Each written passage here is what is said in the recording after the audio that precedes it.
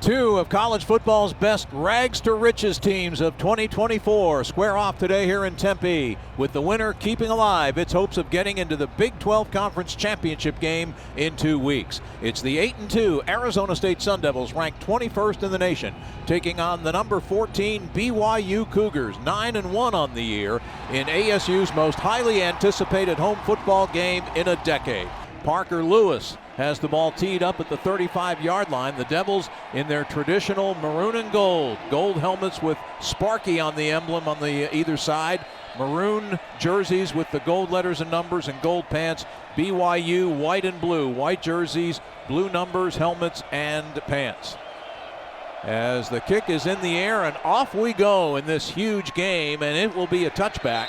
And BYU will start from its 25-yard line. By the way, the Cougars will be going right to left across your radio dial. They are headed for the north end zone of Mountain America Stadium in this first quarter. Their quarterback, Jake Retzlaff, went to a bunch of junior colleges before finally arriving at BYU, and he's had a terrific year. He's thrown for nearly 2,300 yards, 19 touchdowns, 8 interceptions. He's also their third leading rusher on the year and has rushed for 4 more scores. We expect to see L.J. Martin start at running back out of El Paso. He's their leading rusher on the year, 501 yards.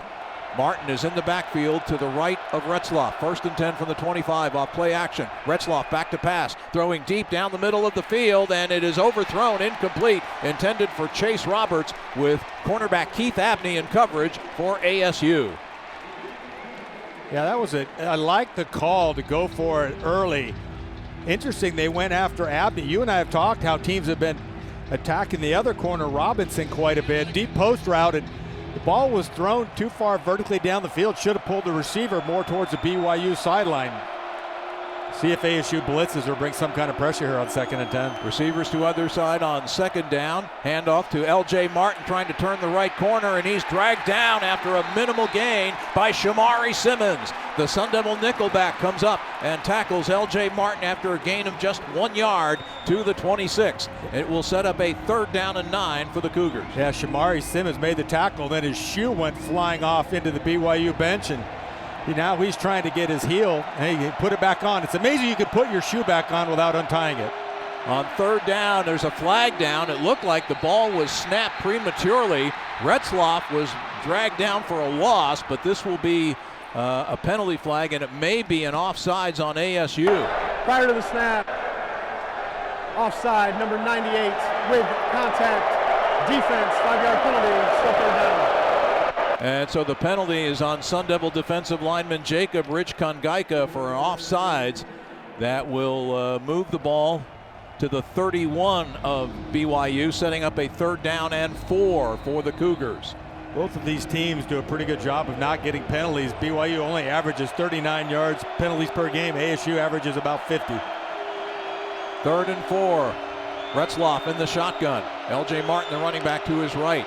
There's the snap. Retzlaff with time to throw. Throws the slant. Caught by Chase Roberts for a 1st down. And Roberts is tackled near midfield by Xavier Guillory after a pickup of 18 yards on the play and a BYU 1st down. Slant route to the left side. Corner and safety kind of collide. Roberts gets through free.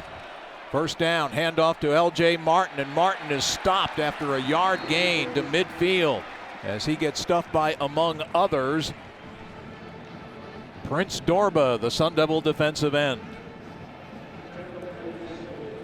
They'll spot the ball right in the middle of the field, the 50-yard line, right in the middle of the pitchfork logo that is emblazoned on the field here at Mountain America Stadium. 2nd down and 9. BYU sends 2 receivers to the left side of the formation. Chase Roberts, who caught that big pass, is one of them. Now Roberts motions toward the right. On 2nd and 9, off play action, Retzlaff back to throw. Here comes the pressure. Retzlaff trying to scramble away. He's not going to get away. He is brought down by Justin Watley at midfield for no gain.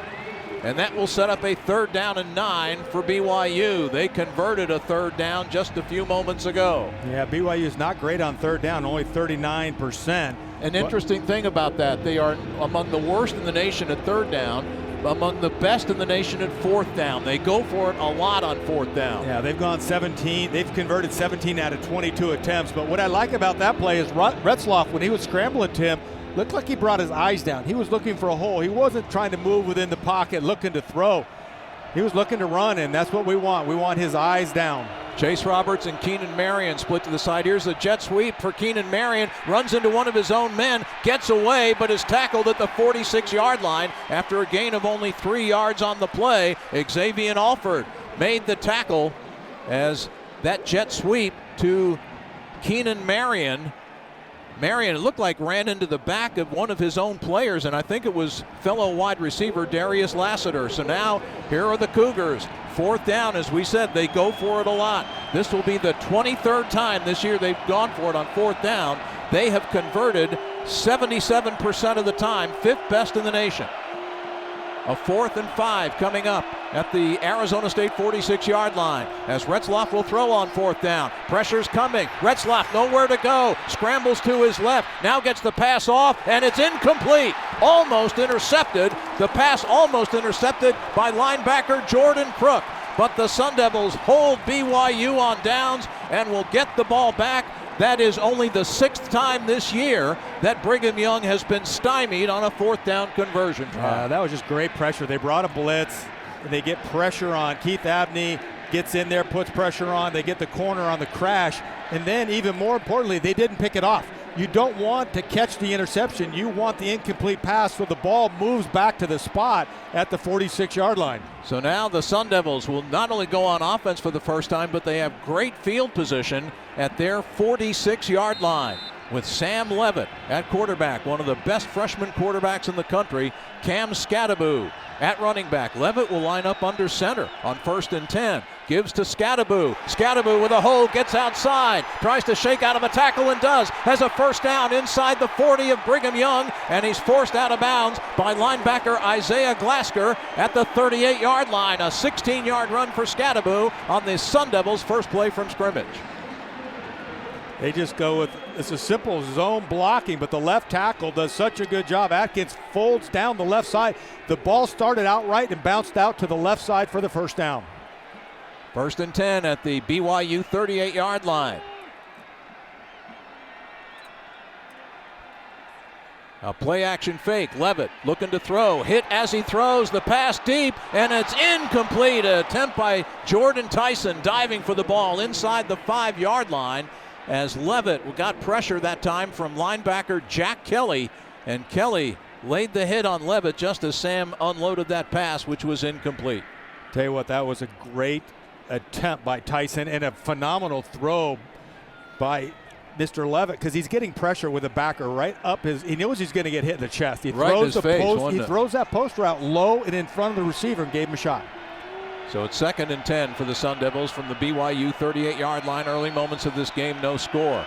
Skattebo gets the handoff here. Good yardage as Skattebo off left tackle gets all the way down to the 31 before he is stopped by middle linebacker Harrison Taggart, who is BYU's leading tackler on the season. Scat picks up 7. It will set up a 3rd down and 3. You know, I was looking through the charts, Tim. I was surprised at how many transfers were in the BYU lineup. You know, ASU has a lot. Taggart, he's from Oregon. Right. You know, they've did a good job bringing some guys home, just like we've done a good job bringing some guys home. Sun Devils have been very good at 3rd down. They are 16th nationally on the season, 47% of the time they convert.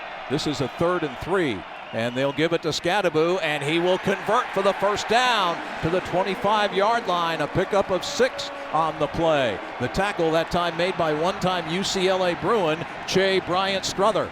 But it's a 1st and 10 for ASU. Are you seeing the disposition of the defensive line as much as I am? I'm seeing that Skattebo seems like he's got a lot of room to run every time he's gotten the ball. And these are great colors, right? BYU in blue and white, and they're right now they're getting pushed back. They're playing a 3-man front and getting pushed back off the line. Kyson Brown is in at running back now for the Sun Devils. 3 receivers split to the right of the formation. Tyson, Stovall, and tight end Shimon Mateer. Levitt now looking to his right, rolling to that side. Now spins, reverses field, runs to his left, scrambles, and he throws the ball deep downfield, incomplete. And he had a receiver in the end zone, Xavier Guillory, on the far side of the end zone, but Leavitt was simply throwing that ball away just to avoid the pressure, and it was a legitimate pass, no intentional grounding. Sam puts so much pressure on a defense with his ability to move in the pocket. He doesn't look to run at first. He's always looking to throw. He's just a great young quarterback who's going to be phenomenal.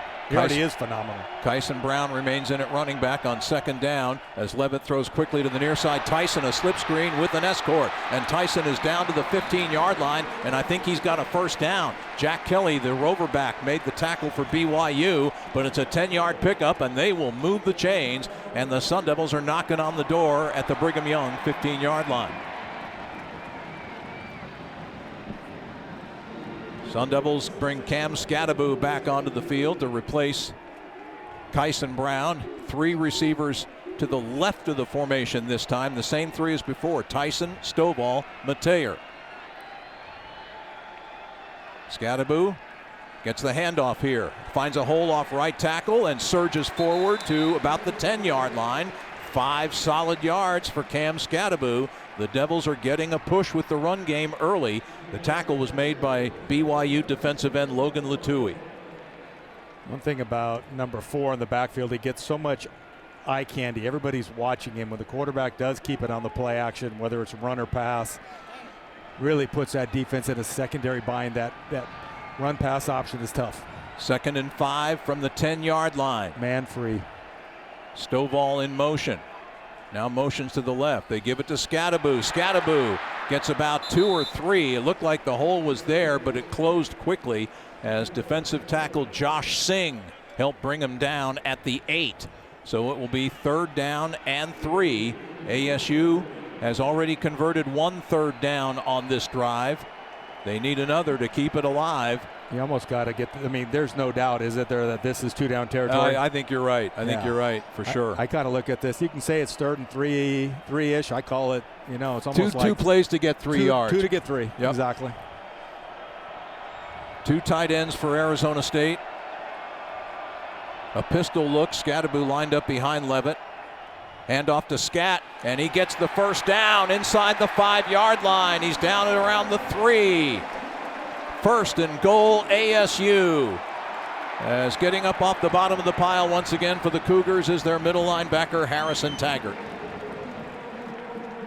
An impressive drive. Arizona State started this drive at their own 46. Great field position after getting a 4th down stop on the Cougars' first possession. 1st and goal from the 3. Tyson is split to the boundary side. The field side wide receiver is Guillory. Tight ends on either side. Skattebo gets the handoff. Skattebo off left tackle. Skattebo toward the goal line, and Skattebo is in there for an Arizona State touchdown. Cam Skattebo with his 12th rushing touchdown of the season, his 14th touchdown overall, and ASU takes the lead with yet another score on an opening drive in the game. This is the 8th time in 11 games this season the Sun Devils have scored on their opening possession. That's just amazing. It's zone blocking. There's nothing fancy about it. They're just pushing them off the ball, and it's beautiful when maroon is going one way and blue's going back. Parker Lewis will attempt the extra point out of the hold of punter Canyon Floyd, and the kick is good. 6:41 left to go in the first quarter. A 10-play, 54-yard scoring drive that took nearly 5 minutes off the clock. Cam Skattebo with the 3-yard touchdown run makes it 7-0 ASU on top of BYU as we take a break on the Mountain America Credit Union Sun Devil Radio Network. ChazRoberts.com for Arizona's leader in heating, plumbing, cooling, and caring. Chaz Roberts serving you since 42. How about that opening drive? 10 plays, 54 yards for a touchdown. Cam Skattebo carrying 7 times for 44 yards on that drive and getting the payoff with the 3-yard touchdown run as we check in with Kevin Turner down on the sideline. What caught your eye on that opening drive, Yeah, JT? guys, 5 weeks ago we were lamenting ASU's productivity inside the red zone, scoring touchdowns. They were just a mere 54%. The last 4 weeks now, guys, going into the 5th week here, they are now 10 for 10 scoring touchdowns in the red zone, moving towards 70%. That is a monumental shift in productivity for ASU in the red zone. You know, the other thing, KT, you were talking about a couple weeks ago was scoring first and not getting behind. And Tim just mentioned that we've scored 8 touchdowns on opening drives. More importantly, we have not punted on an opening drive. And you can just see. That's pretty impressive. Yeah, huh? just a great. I mean, there's some really good metrics that all lead to what KT's bringing up, which is good fundamental football. Once again, Keelan Marion is back deep to await the kickoff of Parker Lewis. Did I read the stat right that he's got 2 kickoff returns for return touchdowns? game is very dangerous for BYU. He has 2. He's one of only 3 players in the FBS with 2 kickoff return touchdowns. And one of their other receivers, Parker Kingston, is their punt returner, and he has returned a punt for a touchdown this year. So the return game is key. So let's see if Parker Lewis can get a touchback with this one. It's a high, deep end-over-end kick. Marion will take it 3 yards deep in the end zone. He's going to bring it out. He gets to the 15, and he's tripped up at around the 20-yard line. And Tate Romney, I think, was downfield on special teams to bring him down. A former Cougar himself at BYU. Tate Romney played at Chandler High School, went to BYU for a year. Transferred back here to Arizona State. Tate broke his arm late in fall camp and missed the first couple of games of this season. You know, so BYU will take over, Jeff, at its 20-yard line. Yeah, and I like how ASU's rotating their linebackers, right? You know, they're running all 4 linebackers in pairs. We've got Crooks and McCullough in there. They did not start the game, but they're in there for this first series. Here's a speed option pitch coming to the near side to L.J. Martin. He's got some room to run, but a good open field tackle by Xavier Alford. The safety brings him down after a gain of 5 to the 25-yard line. All right, little history quiz for you. Where was the last time that we saw that play? Speed option was run by Kansas State. Yes. Last week, so they picked it up on tape. They copied it. They mimicked it. ASU repped it in practice, and they only give up 4.5, 5 yards. BYU, though, has been using that speed option quite a bit on their own as well this year. On second down again, a fly sweep to Marion, heading to the right, turning the corner, and he's got a first down. Just got to the chains and is hit in front of the BYU bench on the far sideline. Caleb McCullough making the tackle. Ghost Rouser was there as well, but it's a first down to the 31-yard line, a 6-yard pickup for Marion. 2 plays by BYU. They tried the interior on their first drive, couldn't get any yardage. Now they go wide with it, and speed option reverse, played a lot of different looks, and kind of telling me they're just a little bit concerned about being able to run the ball right at ASU. First and 10 from the 31-yard line. Again, Marion goes in motion, but this time Retzlaff is perhaps going to change the play call. L.J. Martin, the running back, shifts from the left to the right side of Retzlaff, who's back to throw. With plenty of time, gets the throw off complete to the tight end Matava Tasse, and Tasse is gang tackled at the 34-yard line after a pickup of 3. Tasse is a local product out of Mesa's Mountain View High School. That is his 8th reception of the year. And among the tacklers was safety Ghost Rouser for ASU. Yeah, Tasse, 6'3", 255. Spent some time at Southern Utah before finally ending up in Provo. Parker Kingston is checked into the ball game. The punt returner we told you about is also one of their receivers. He's lined up as a slot right. Darius Lassiter, a product of Chandler, is split wide to the right. 2 running backs. Hinckley Rapati is in there as well, but Martin gets the handoff, and he is tackled by Keyshawn Elliott after he gains to the 38-yard line. That will set up a third down, a 4-yard pickup there for Martin. They use Martin and Hinckley Rapati, who is a senior from Downey, California, as their top 2 running backs. And you'll see a lot of each today. In fact, L.J. Martin now goes off to the sideline, and Rapati will line up as a wide receiver. This is an empty formation for BYU on 3rd and 3. Not very often you see a 5'9", 220-pound wide receiver. Indeed. Here's a quick sidearm throw to the far side to Parker Kingston, and Kingston has a first down. Boy, a big tackle by Cyrus Fiaseu at the 48-yard line. A 10-yard gain, but boy, oh boy, if Fiaseu doesn't make that tackle, Kingston might have taken it the distance. 7-0, ASU leads here. Late first quarter, little over 3.5 minutes remaining in a fast-played first period. Yeah, but ASU's really slowing the pace down. If BYU substitutes, they're doing that rolling exchange. Defensive linemen are coming out, and just roll 1 or 2 in at a time. Keep your troops fresh. Jeff Clark is in there now at defensive tackle. On 1st and 10. Darius Lassiter in motion. Sun Devils showing the blitz. The Retzlaff's in trouble. Gets away. Throws the pass downfield. Incomplete. And we're going to get a penalty flag. 2 penalty flags down on the play. Xavier Guillory was one of those coming on the blitz and had Retzlaff under extreme duress. Retzlaff was able to spin away from the pressure. Personal foul, roughing the passer, number 30. Defense, 15-yard penalty, automatic first down. And you can hear what the Sun Devil fans think of that call. A roughing the passer penalty that'll push the ball all the way down to the Arizona State 37-yard line.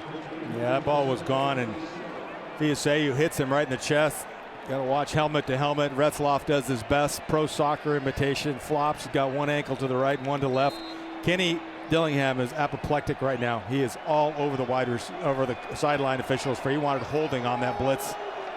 1st and 10 from the 37 of ASU. Handoff to Hinckley Rapati. He's going nowhere. Gets dropped for a loss of a yard back at the 38.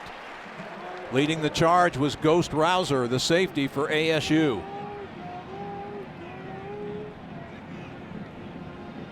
Second down and 11. How good has Ghost Rouser been coming in from transfer to Campbell, then New Mexico State? He's the leading tackler with 77 tackles coming in tonight. Yeah, he came into this game 7th in the Big 12 in tackles on the season. That's a great nickname too, Ghost. Miles is his given name, but he goes by Ghost Rouser. 2nd and 11, another empty formation for Retzlaff. 3 receivers to his left. On 2nd down, Retzlaff looks right, pass tipped at the line of scrimmage, intercepted. It's picked off, deflected into the air, and then picked off. And the interception goes to linebacker Jordan Crook.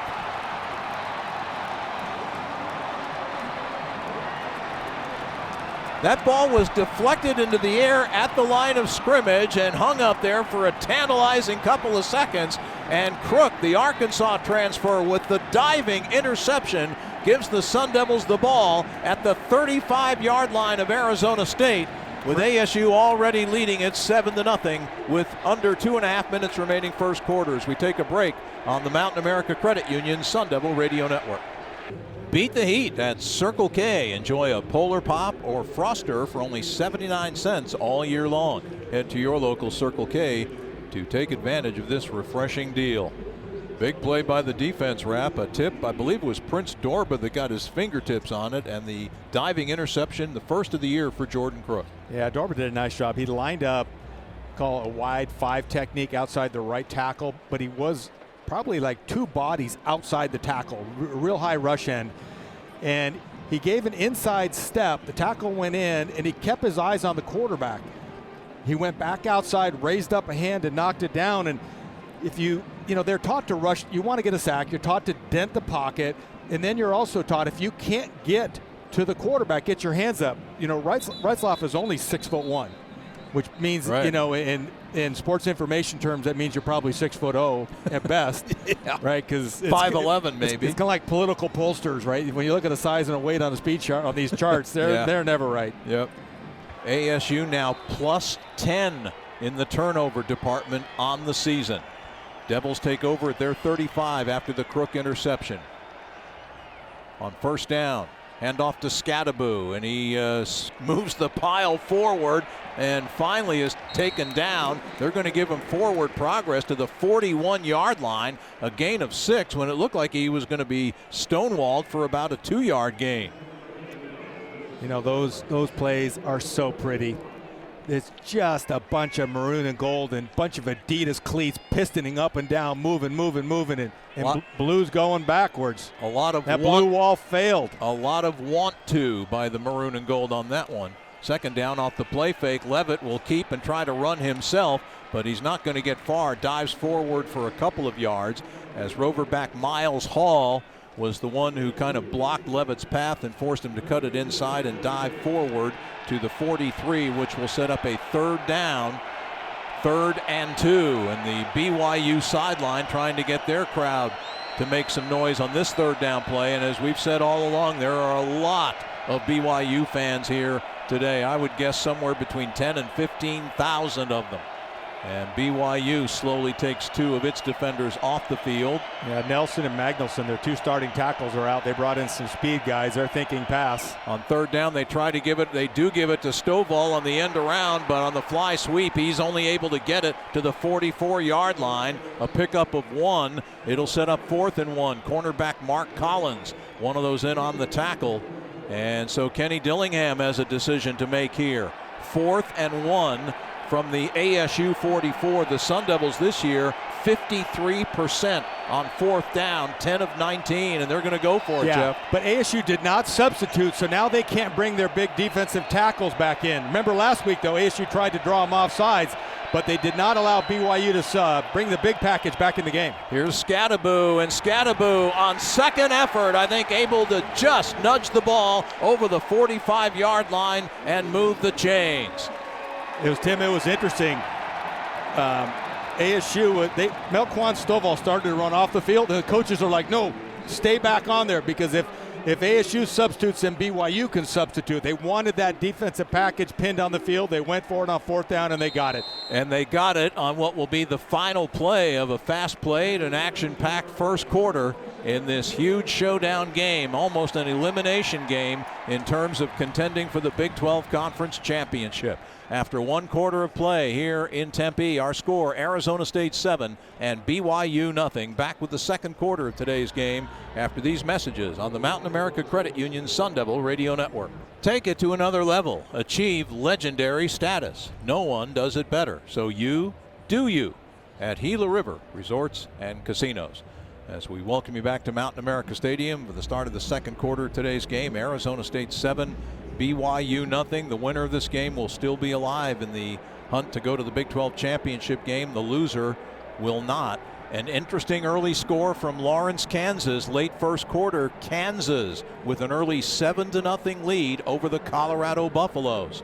As Colorado is in the driver's seat right now among the teams looking to go to that Big 12 championship game. As we head down to the sideline to check in with Kevin Turner. Guys, real interesting tidbit on the BYU press release. They have 13 players whose dads played at BYU, and Arizona State, Sam Levitt's father and brother played at BYU. Sam was not recruited out of high school by BYU, got recruited when he was in the portal. He would have been number 14, but to the extent that BYU erred, he kind of felt, nope, not this time. He's an Arizona State Sun Devil, guys. Yeah, this game, there's a little something personal in it for Sam. I think he wants to prove everybody wrong that didn't recruit him, although he did matter-of-factly say Arizona State did not recruit him out of high school up in the Portland area, West Lynn, Oregon, but he went to Michigan State and, of course, had built a previous recruiting relationship with Kenny Dillingham when Kenny was at Oregon. And boy, are we glad he made his way to Tempe. But this game does mean a lot, as Sam's brother and dad both played for the blue and white of BYU.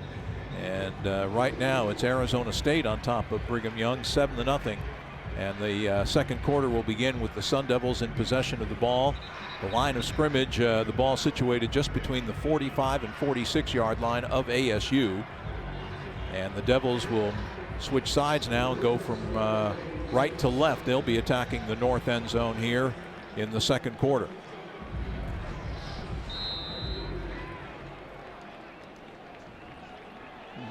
Starting field position has been phenomenal for ASU. Cam Skattebo so far today, 9 carries, 52 yards, and a touchdown. Levitt will line up in the shotgun. Skattebo to his left. 2 receivers split to the left side of the formation. As the play fake, the pass tipped at the line of scrimmage, and that one is intercepted by safety Tanner Hall. And Hall returns it to around the 45 of Arizona State, where he's forced out of bounds by Leif Fautanu. Tanner Wall out of Arlington, Virginia, with his 3rd interception of the year and BYU's 18th. And there is a penalty marker down on the play. Yeah, BYU was tied for the most interceptions. They tied Cal and James Madison with 17 each. A deflected ball at the line of After scrimmage. the interception, illegal block in the back, number 93, BYU. That penalty will be enforced 10 yards from the spot of the foul. First down, BYU.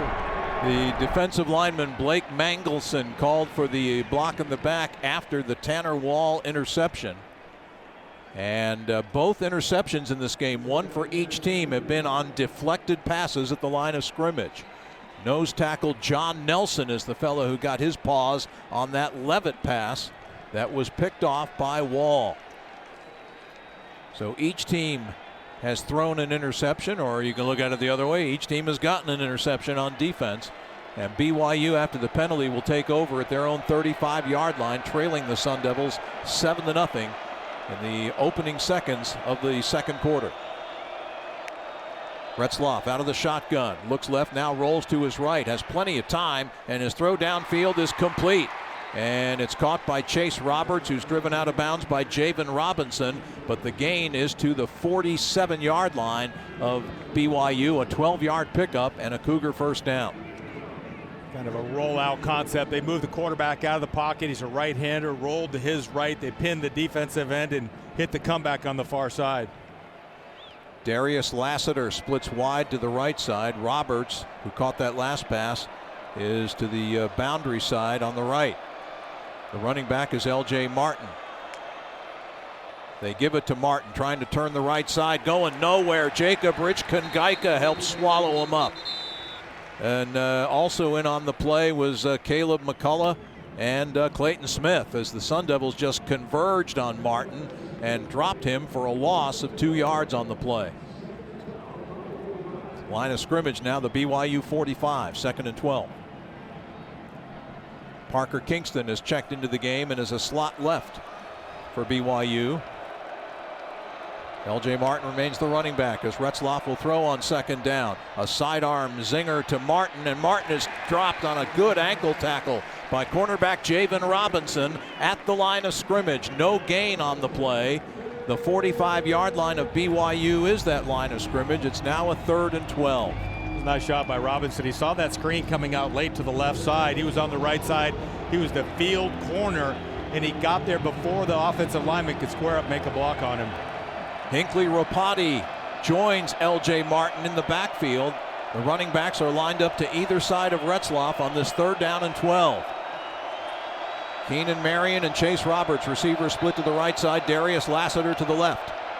Retzlaff gets the snap, throws the ball to the near side of the field, and that's caught for a first down by Chase Roberts, who was wide open at the 40-yard line of Arizona State. And that's a first down on a 15-yard gain. Boy, Roberts was wide open right in front of that Arizona State sideline. Kind of a zone coverage. They gave away the far field, the out route to the far side. Robinson was in coverage. He had the flats. The ball went right over his head. Not a blown cover, just a good throw and a good catch. 1st and 10 from the Sun Devil 40-yard line. Again, the two running backs are both in the backfield. And it will be Hinckley Ropati trying to turn the corner on the left side. He's not going to do so. He's chased down by Caleb McCullough, who drops him for a loss back to the 41, a loss of a yard. And so far, the Sun Devils have stonewalled BYU's ground game. That was a great job by McCullough. If you watched him scrape to his right side, he didn't get out in front of the running back. He was slightly behind him, forcing the running back only one direction towards the sidelines, squared up, and it was parallel to the line of scrimmage and good contact and made a nice tackle. Hinckley Ropati, the only running back now on 2nd down and 11, as Retzlaff rolling to his right. Sets up, and he's going to throw deep downfield for Keelan Marion. It's incomplete and almost intercepted by Javan Robinson, who made a diving attempt for that ball at the near pylon of the end zone. The deep ball doesn't work for BYU, so it's another 3rd and long. They converted one just a moment ago on the pass to Chase Roberts. Interestingly, though, Roberts is going to come out of the lineup here on this 3rd and 11.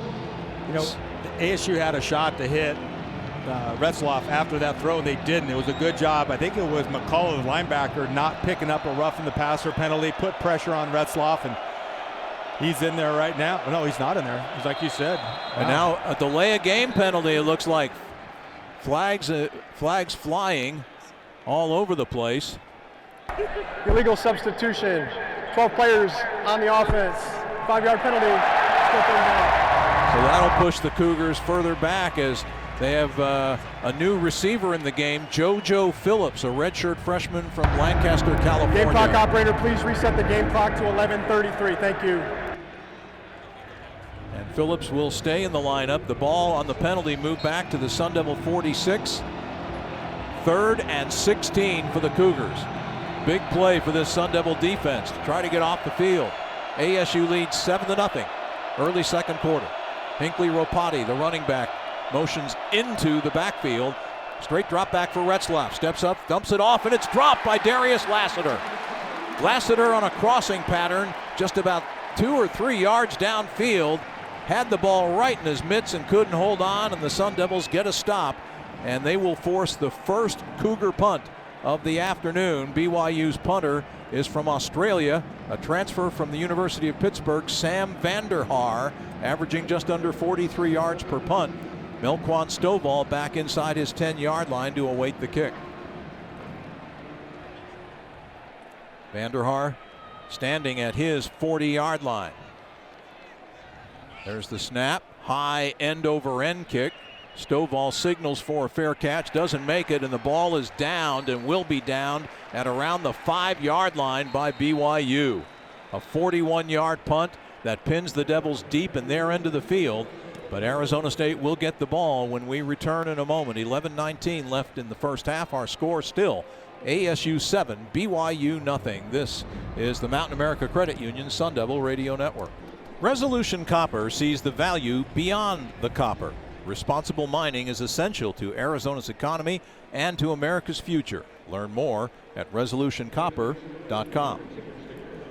After the punt, the Sun Devils will take over at their own 5-yard line, leading 7-0 with 11 minutes 19 seconds remaining in the first half here on an absolutely gorgeous day here in Tempe, Arizona. It was 77 degrees at kickoff, sunny, just beautiful weather. This is what you live here for, to get to the weather this time of year, and just a perfect day for football and what will be the Sun Devils' final home game of the 2023 season as ASU looks to go undefeated at home this year. 2004, I believe, was the last time that happened, and that makes the hometown fans happy. Buy tickets, get ready for next year. 2004 was indeed the last time the Sun Devils finished unbeaten at home. This is their best home record since they were 7-0 at home in 2013, but you'll remember that season ended with a thud, the home season, when ASU lost the Pac-12 championship game to Stanford on this field in early December of 2013. Looking through some of the numbers jumps out at to me is BYU's only rush for 18 yards. ASU has 55 yards rushing, so they like to establish that ground game control, and I just kind of feel like ASU looks strong. They look a little faster right now. Obviously, it comes down to turnovers, and as our good friend Evan Reisner said, the team that scores the most points probably is going to win the game. That was his bold prediction pregame. Evan went out on a limb. We're going to hold him to it. Sam Levitt will line up under center. He'll give it to Skattebo, lowers his head and just charges forward for 5 yards to get the ball a little less out of danger as John Nelson, the defensive tackle, made the stop. So far today, Sam Levitt has only completed 1 pass. He is 1 of 4 for 10 yards. The only reception was completed to Jordan Tyson on that flanker screen. 2nd and 5 from the 10-yard line of ASU.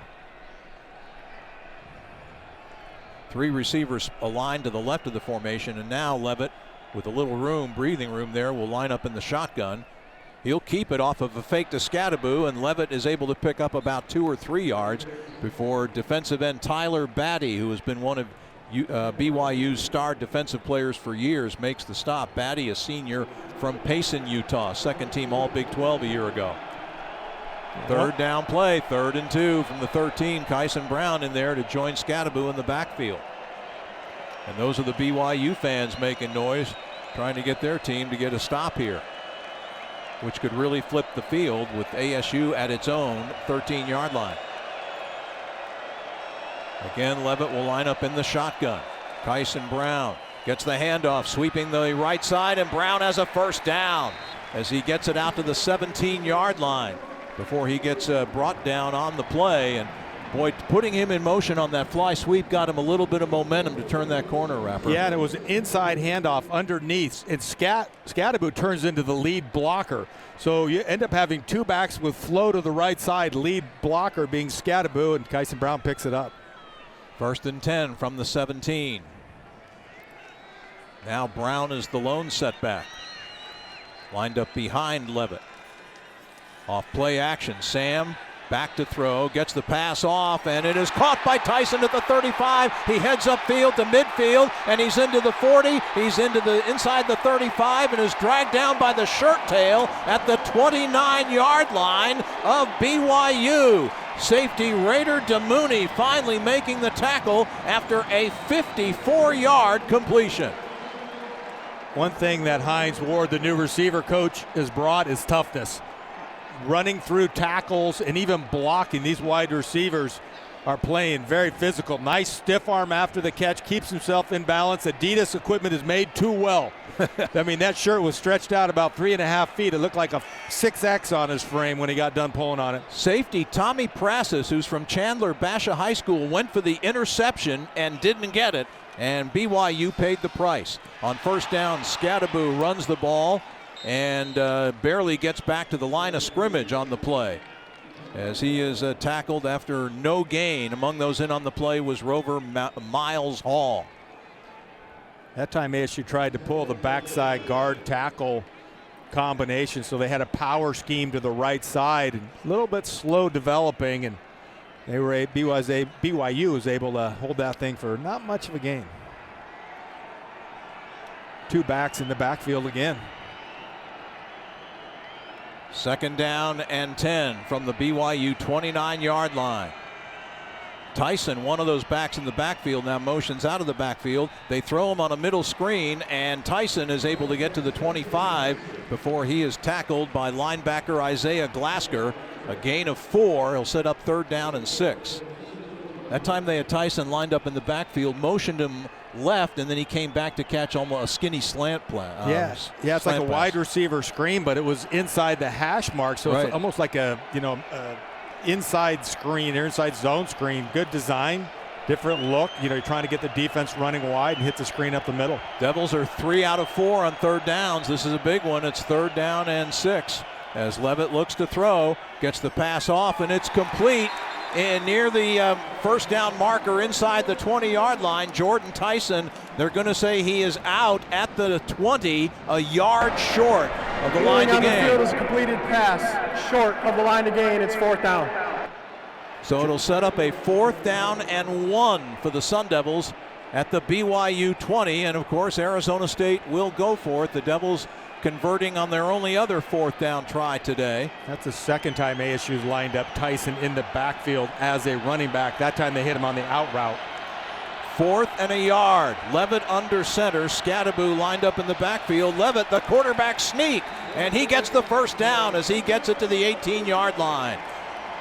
Great call that time. There was no one over that A-gap, and Levitt on a quick count took the snap and just surged forward to move the chains.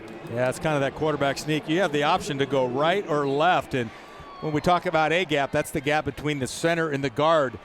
The A-gap on the strong side between center and right guard was covered. Sam saw that there was a bubble or a crease on the left side, took the snap, dove forward, and got the yardage. Two tight ends in, Marquiston Douglas and Cameron Harpole in there now for Arizona State. Levitt changes the play, kind of gives a guitar strum like he's strumming a guitar audible. Levitt to throw on first down. Pressure coming, gets away. Levitt runs upfield, dives forward, and he's got to pick up to the 12-yard line. A 6-yard gain for Sam Levitt as he was able to evade the pressure. That was not a designed run, but that's an example of Levitt using his legs to salvage a play. Yeah, that time BYU brought a linebacker, so they had two interior defensive tackles rushing. They brought a linebacker as well. That forced man-on-man blocking with that interior 3. Little pressure, but Sam just again picks up 7 yards. Now you have the two tight ends on the left side. The wide receivers are split to the right, and they'll throw quickly to one of them, and it's Tyson who makes the catch, and Tyson has a first down as he is tackled at the 5-yard line. The tackle made by safety Tommy Prassis, the young man we told you about a moment ago from Chandler's Basha High School. And it's a first and goal. ASU, they'll spot it at the BYU 4. Xavier Guillory throws a really nice block on the outside. And then Tyson, when he gets it, he runs into the safety process and he drives him backwards. Again, playing tough from that wide receiver position. What does Hines Ward tell his receivers? If you don't block, you won't get the rock. 1st and goal from the 4. Levitt in the gun. Skattebo behind him. And Levitt will throw a quick pass to the near side of the end zone. Incomplete, intended for Tyson. And it was broken up by cornerback Jacob Robinson. Yeah, Jordan Tyson is putting his finger in the air. He wanted that ball up high. That was a missed throw that time. Supposed to be a little backside 9 route. Tyson stumbled a little bit. That ball was low and inside, not high and outside. The way Sam set up, I thought he was going to throw a fade to that direction. Yeah, hey, it's all right. You know, commend the kids are redshirt freshmen. We don't need every pass to be perfect. Couple of late subs on defense for BYU. In their defensive line, Josh Singh and John Tamoy-Peau check into the lineup now. On 2nd and goal, ASU leads 7-0. 4.5 minutes remaining first half. Again, Levitt in the shotgun. Hand off to Skattebo. Skattebo into the end zone. Touchdown, Devils! Cam Skattebo off the right side of his offensive line gets his 2nd rushing touchdown of the afternoon. His 13th rushing touchdown of the season and his 15th trip to the end zone overall in 2024. That was a 12-play, 95-yard drive. Wow. Almost 7 minutes off the clock. And keep in mind, we're not in the middle 8 yet, and ASU won the toss, deferred. We get it back. So everything lining up well for ASU. When Cam Skattebo's averaging over 5 yards a carry, you got to make some mistakes to lose a game. Life is good, huh? Parker Lewis converts the extra point, and with 4:29 left till halftime, it's ASU 14, BYU nothing. Let's take a break here on the Mountain America Credit Union Sun Devil Radio Network. Score big with Venezia's New York-style pizza. Visit us at 7 Valley locations, the east and west concessions of Mountain America Stadium, or swing by Pizza Presto at Sun Devil Marketplace before the big game. Every bite is as satisfying as a Sun Devil win. Order now at venezias.com. A pair of Cam Skattebo touchdown runs have Arizona State on top 14-0 with 4:30 left to go in the first half. That last 4-yard run by Skat capped off a 12-play, 95-yard drive. The big play on that drive, the 54-yard completion to Jordan Tyson when BYU safety Tommy Prassis went for the interception, didn't get it. Tyson caught the ball, turned, there was nobody there, started heading upfield and got a big gainer. You know, to me, the physicality, the want to right now just seems ASU's playing a little stronger, a little harder, a little faster. That blue wall that BYU was counting on is not stopping Skattebo. It's being crushed right now. Cam Skattebo is just doing a great job in the run game. Over 5 yards a carry, 12 attempts, 61 yards, 2 touchdowns. That's amazing. Sam Levitt's numbers are now up to 5 of 9 passing for 81 yards. He does have the 1 interception on a tip ball.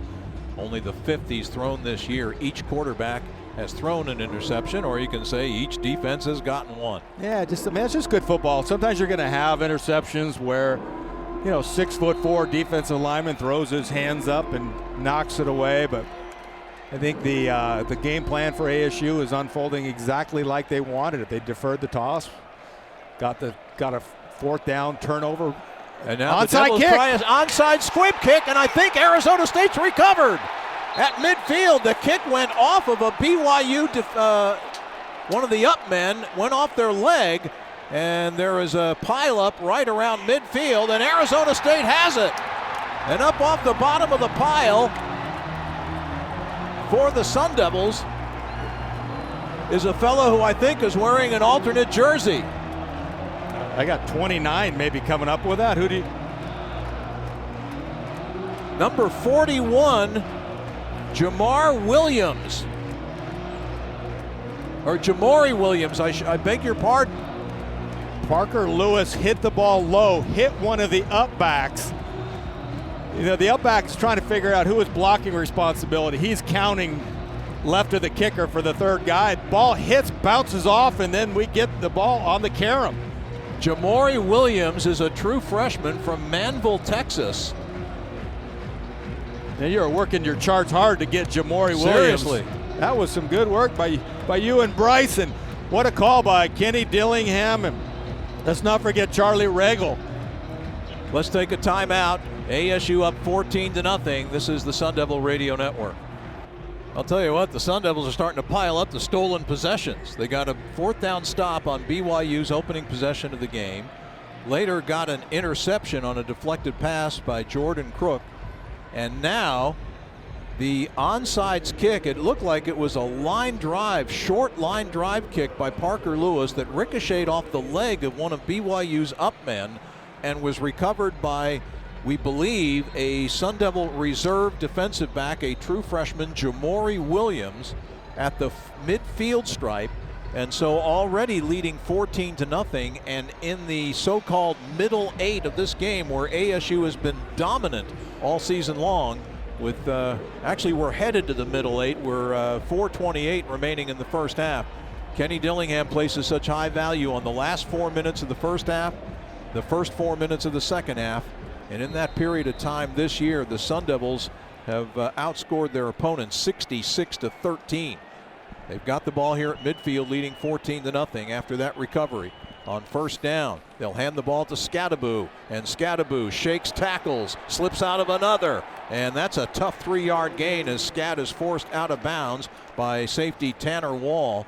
But would you want to come up and hit that, though? Seriously. I mean, just if you want to get an idea of what it's like at home, walk out in your garage, go about 20 feet away from your car, turn the lights out at about 10 o'clock, and just start running straight forward.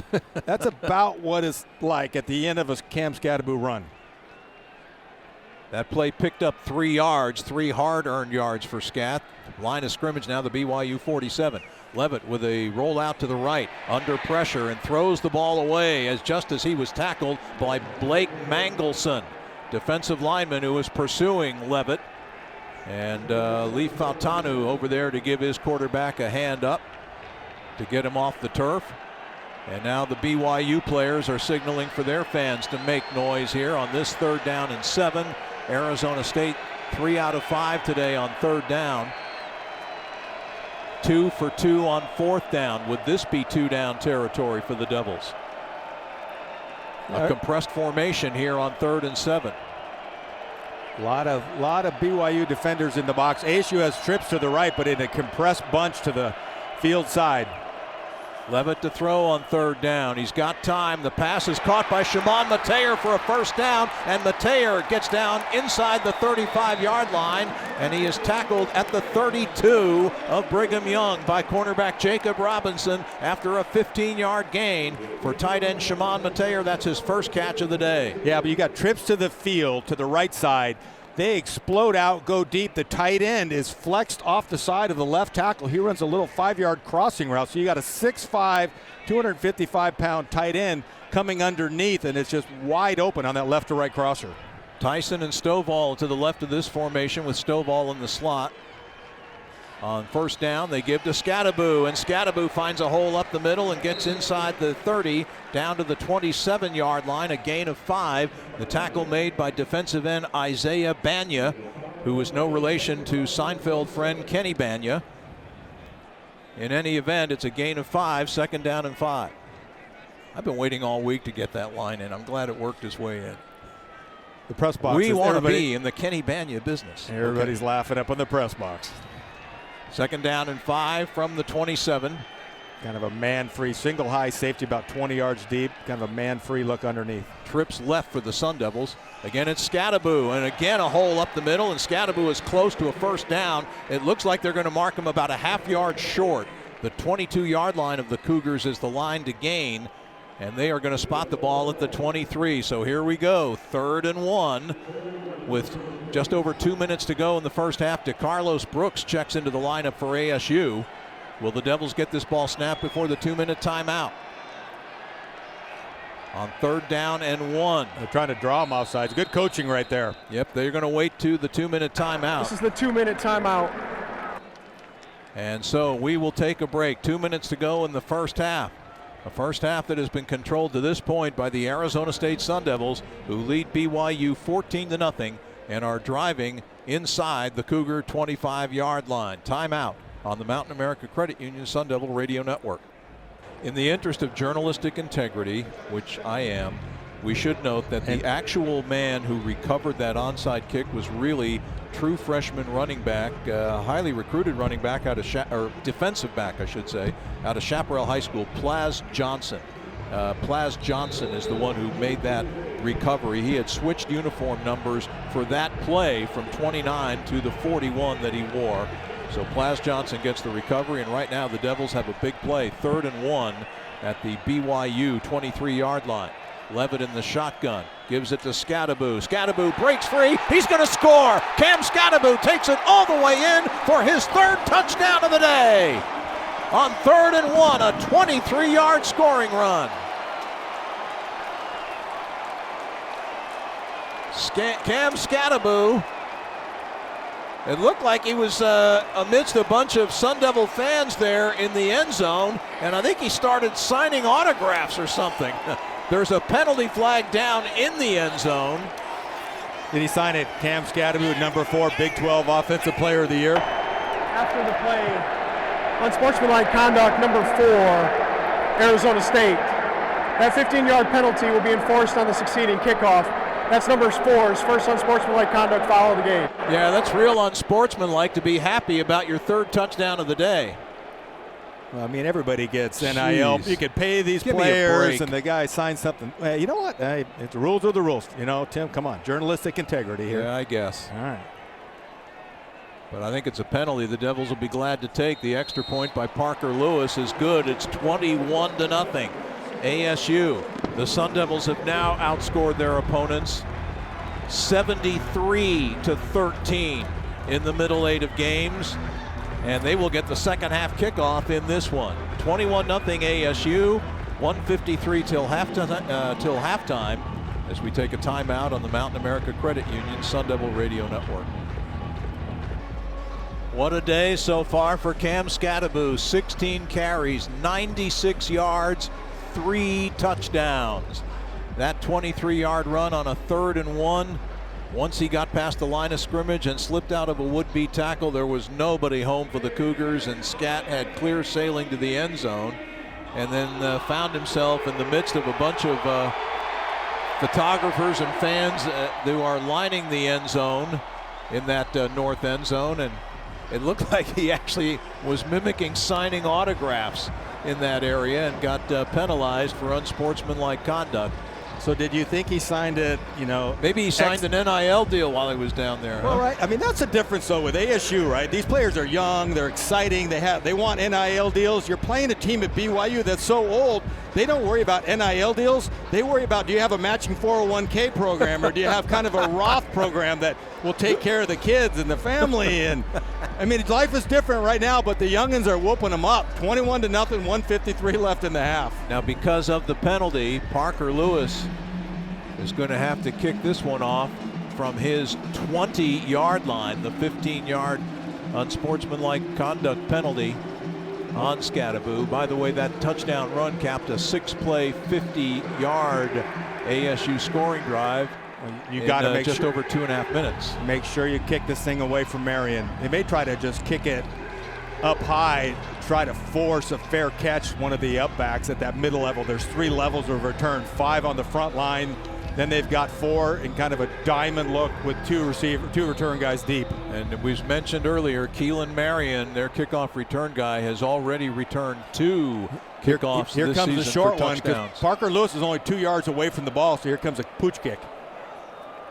And Lewis again, it's a high end-over-ender. Marion will come up at the 23-yard line to field it, and Marion now heads upfield, and he gets dropped at around the 35 or 36. Good work by the Sun Devil special teams to prevent much of a return, as Tate Romney and Martell Hughes were down there. So too was reserve tight end Cameron Harpole to help on the tackle.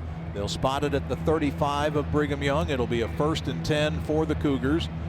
The Cougs, I believe, have all 3 of their timeouts remaining. In fact, each team has all 3 timeouts left. 1:46 left to go in the first half. Hinckley Rapati is in at running back for BYU.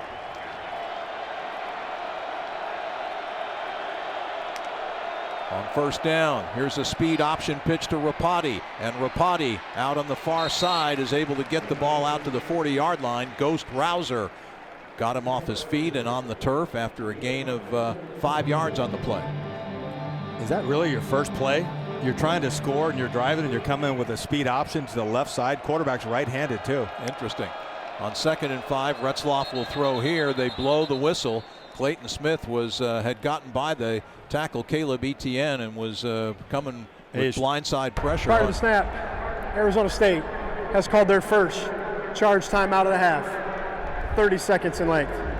Interesting that Arizona State would take this timeout. The Devils would like to, preserve some time in case they can get a stop. But after BYU got 5 yards on first down, I'm a little bit surprised they take the timeout there. But in any event, it stops the clock with 1:22 left in the first half. ASU 21, BYU nothing. I almost get the feeling that timeout was not to stop the clock from a time perspective. I think Kenny saw something they didn't like schematically because BYU ran Game clock operator, please reset the game clock to 1:25 seconds, please. BYU ran the speed option and they were going hurry up. Maybe he didn't like his personnel grouping. I think you're right.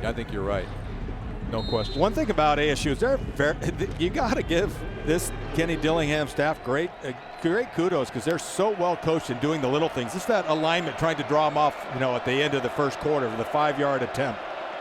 On 2nd down and 5, Retzlaff off play action, drops back to pass. He's being pressured, gets the throw off, and a diving catch attempt, and it is made by Chase Roberts at the 47 of ASU, and that'll be a BYU first down. A 13-yard pickup, a great catch by Roberts. I think that's his 3rd catch of the day. That's an incomplete. Kenny may want to burn a timeout here. Oh, they get a play. Now the whistle blows, and I think they're going to review that last play. Prior to the snap, previous play of a completed pass for first down is under further review. There was pressure on Retzlaff as he's throwing that ball. He's trying to hit the dig route to his favorite receiver, Roberts. Roberts has 3 catches. No other receiver for BYU has more than 1 catch, and good pressure on the quarterback. The ball low and away. Looks like as Retzlaff dives, he lays out. I think the ball goes between his arms. It does. His elbows don't get under the ball. His chest pushes the ball on the ground.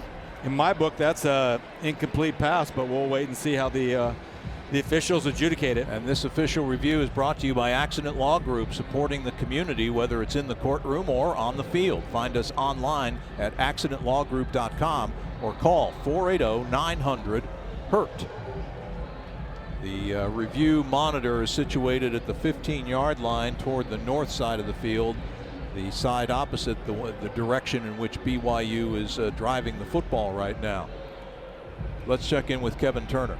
All right, guys, Will Farron, who's been outstanding as the field goal kicker, his longest is 54, so that means if BYU gets to the Arizona State 37, that puts Will Farron in range for a field goal. Yeah, Farron is some crazy number, 30 of 36 on field goal attempts. He kicked the game winner when 2 weeks ago when the Cougars pulled one out miraculously against their arch rival Utah in Salt Lake City. 22-21 to stay unbeaten, although their unbeaten streak ended last week at home in a 17-13 loss to the Kansas Jayhawks. And by the way, Kansas is leading Colorado 20-7 with about 3 minutes to go in the first half in Lawrence. Well, Kansas is they've rebounded really nicely their season.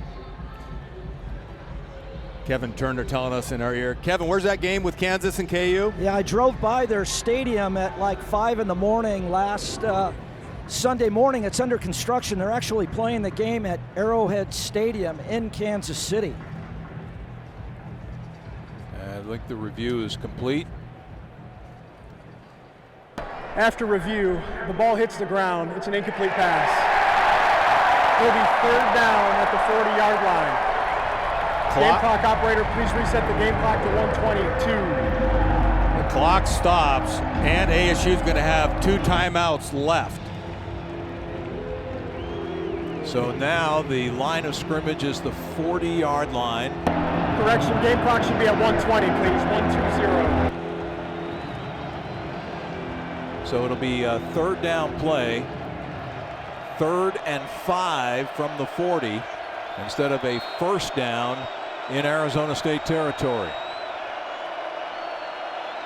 Hinckley Ropati is the running back. Keelan Marion goes in motion. Retzlaff back to throw. He's looking to his left. He gets the pass off and it's complete. And that will be a first down. Darius Lassiter catches it at the BYU 46. Tackled immediately there by Caleb McCullough. But it's a first down at the Cougar 46-yard line. Yeah, Lassiter gets his first catch and little curl route on the left side for the first down.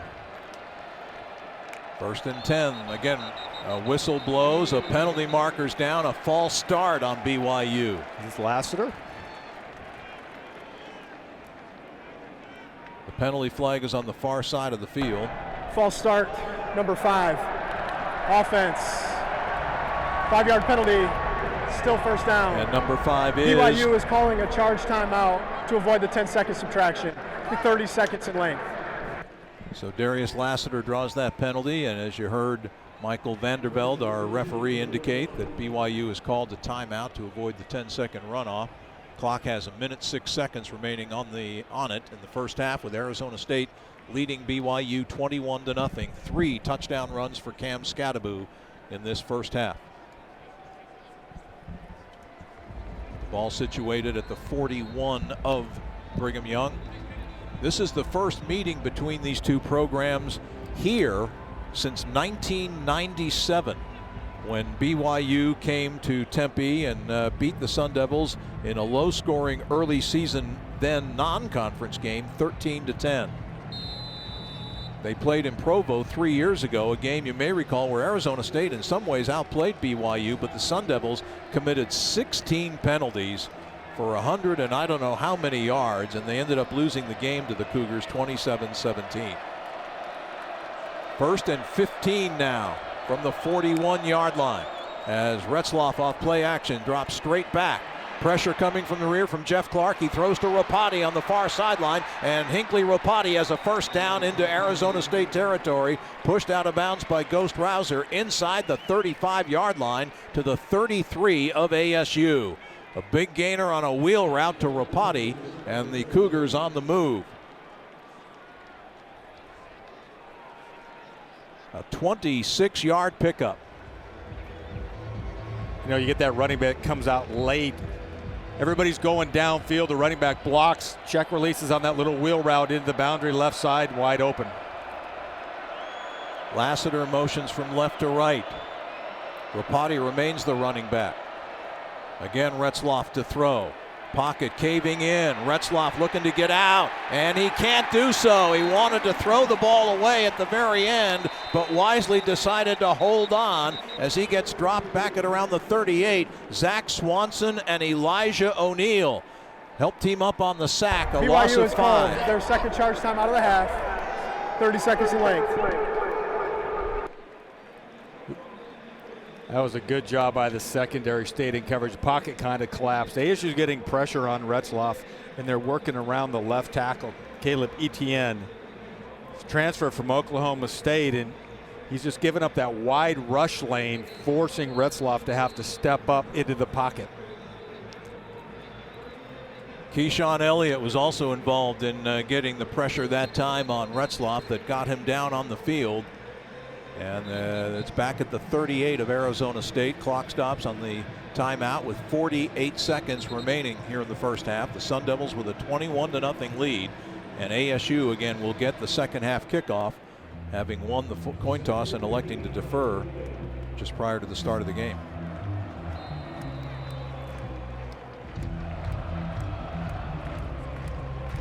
Second down and 15 for the Cougars. Chase Roberts and Keelan Marion are split to the right of the formation. Lassiter to the left, which is the boundary side here, as Retzlaff rolls to his right, sets up and throws it high up into the air downfield. Incomplete inside the 5-yard line, intended for Marion, with safety Ghost Rouser defending, and Retzlaff got hit. Blindside pressure coming from the Sun Devil defensive front. Yeah, he got hit twice, one by Clayton Smith, one by Dorba, the two ends. Again, it was that pressure around the left tackle that we were talking about. Etienne gets beat, Dorba unloads on him, and he gets sandwiched. Blindside hit to the ribs on Retzlaff. 3rd and 15. BYU 4 of 6 on 3rd down today. That's much better than their season-long percentage. Tight end Matabatase motions from left to right. Lines up on the right side of the formation. As Retzlaff again looking to throw. Pressure right up the middle. Retzlaff scrambling to his right. He'll take off and run with the football. And he is tripped up in the open field by Shamari Simmons. Inbounds at around the, now they're going to stop the clock right around the 32-yard line. Well short of the first down. And the clock stops with 30 seconds remaining in the first half. They're going to spot it at the 31 of Arizona State. Which would set up a 4th and 8. It's called their second charge timeout at the half at 30 seconds. This will be a 30-second timeout. 4th down. 4th and 8 coming up for the Cougars. Now, you could play the scenario here, running into the kickers 5 yards. Right? What's a KT? You're the penalty. You're the rule expert on our broadcast. Can we get a 5-yard penalty on the kicker and avoid the 15 here and go for this thing? You know what? That's above my pay grade. I got to think that one through for a minute. You know, it's funny. You think back to, like, sometimes you blur NFL college rules, but you might want to. You got to consider. Kenny called timeout. He wants the ball. If they miss this field goal, the ball will be turned over to ASU at the 31. He's going to line up. It's going to be about a 54-yard field goal, which is what KT said his max was about 2 minutes ago. This is actually 49 yards. They're going to spot it at the 39 of ASU on the near hash. Will Farron on the year, 19 of 22. 54 is his long this year. The punter, Sam Vanderhaar, is the holder. There's the snap. Kick is airborne. Plenty of distance, and the kick is good. You can almost tell by the silence of the student section, and you can hear where that ball was headed, that you know that kick was right down the middle. So BYU gets on the board for the first time today with 25 seconds left in the half. Yeah, it's kind of an effortless kick, right? Ball had great trajectory, good height. I can't do my math. I was thinking it was 54. It sets up, goes in at 49. They're both pretty long kicks, and he drilled it. Farron now 20 of 23 on the year. He formerly kicked at Boise State. He is from Kaysville, Utah, and has made some clutch kicks this year, including that final play or late game winner to beat Utah 2 weeks ago. One of the most dramatic wins of the year in BYU's 9-1 season. Sam Levitt, 6 of 11, Tim, 96 yards. He's made some good throws, made some good plays with his feet, threw a couple balls away, but just a great lead so far in the first half because of defense, special teams. All 3 phases of the game have contributed. Melquan Stovall is back deep to await Farron's kickoff as he puts it in the air, and Stovall will let it hit right around the goal line, and it rolls out of the far side of the end zone for a touchback. And so with 25 seconds left in the half, the Sun Devil offense heads onto the field. Will they take a knee, or will they try a play or two to see if they might be able to come up with some big yards in the late stages of this first half? Again, keep in mind, Arizona State will get the second half kickoff, and the way the Devils are starting to align, it looks like they're just going to have Sam Levitt take a knee and be content to go to the locker room with an 18-point halftime lead.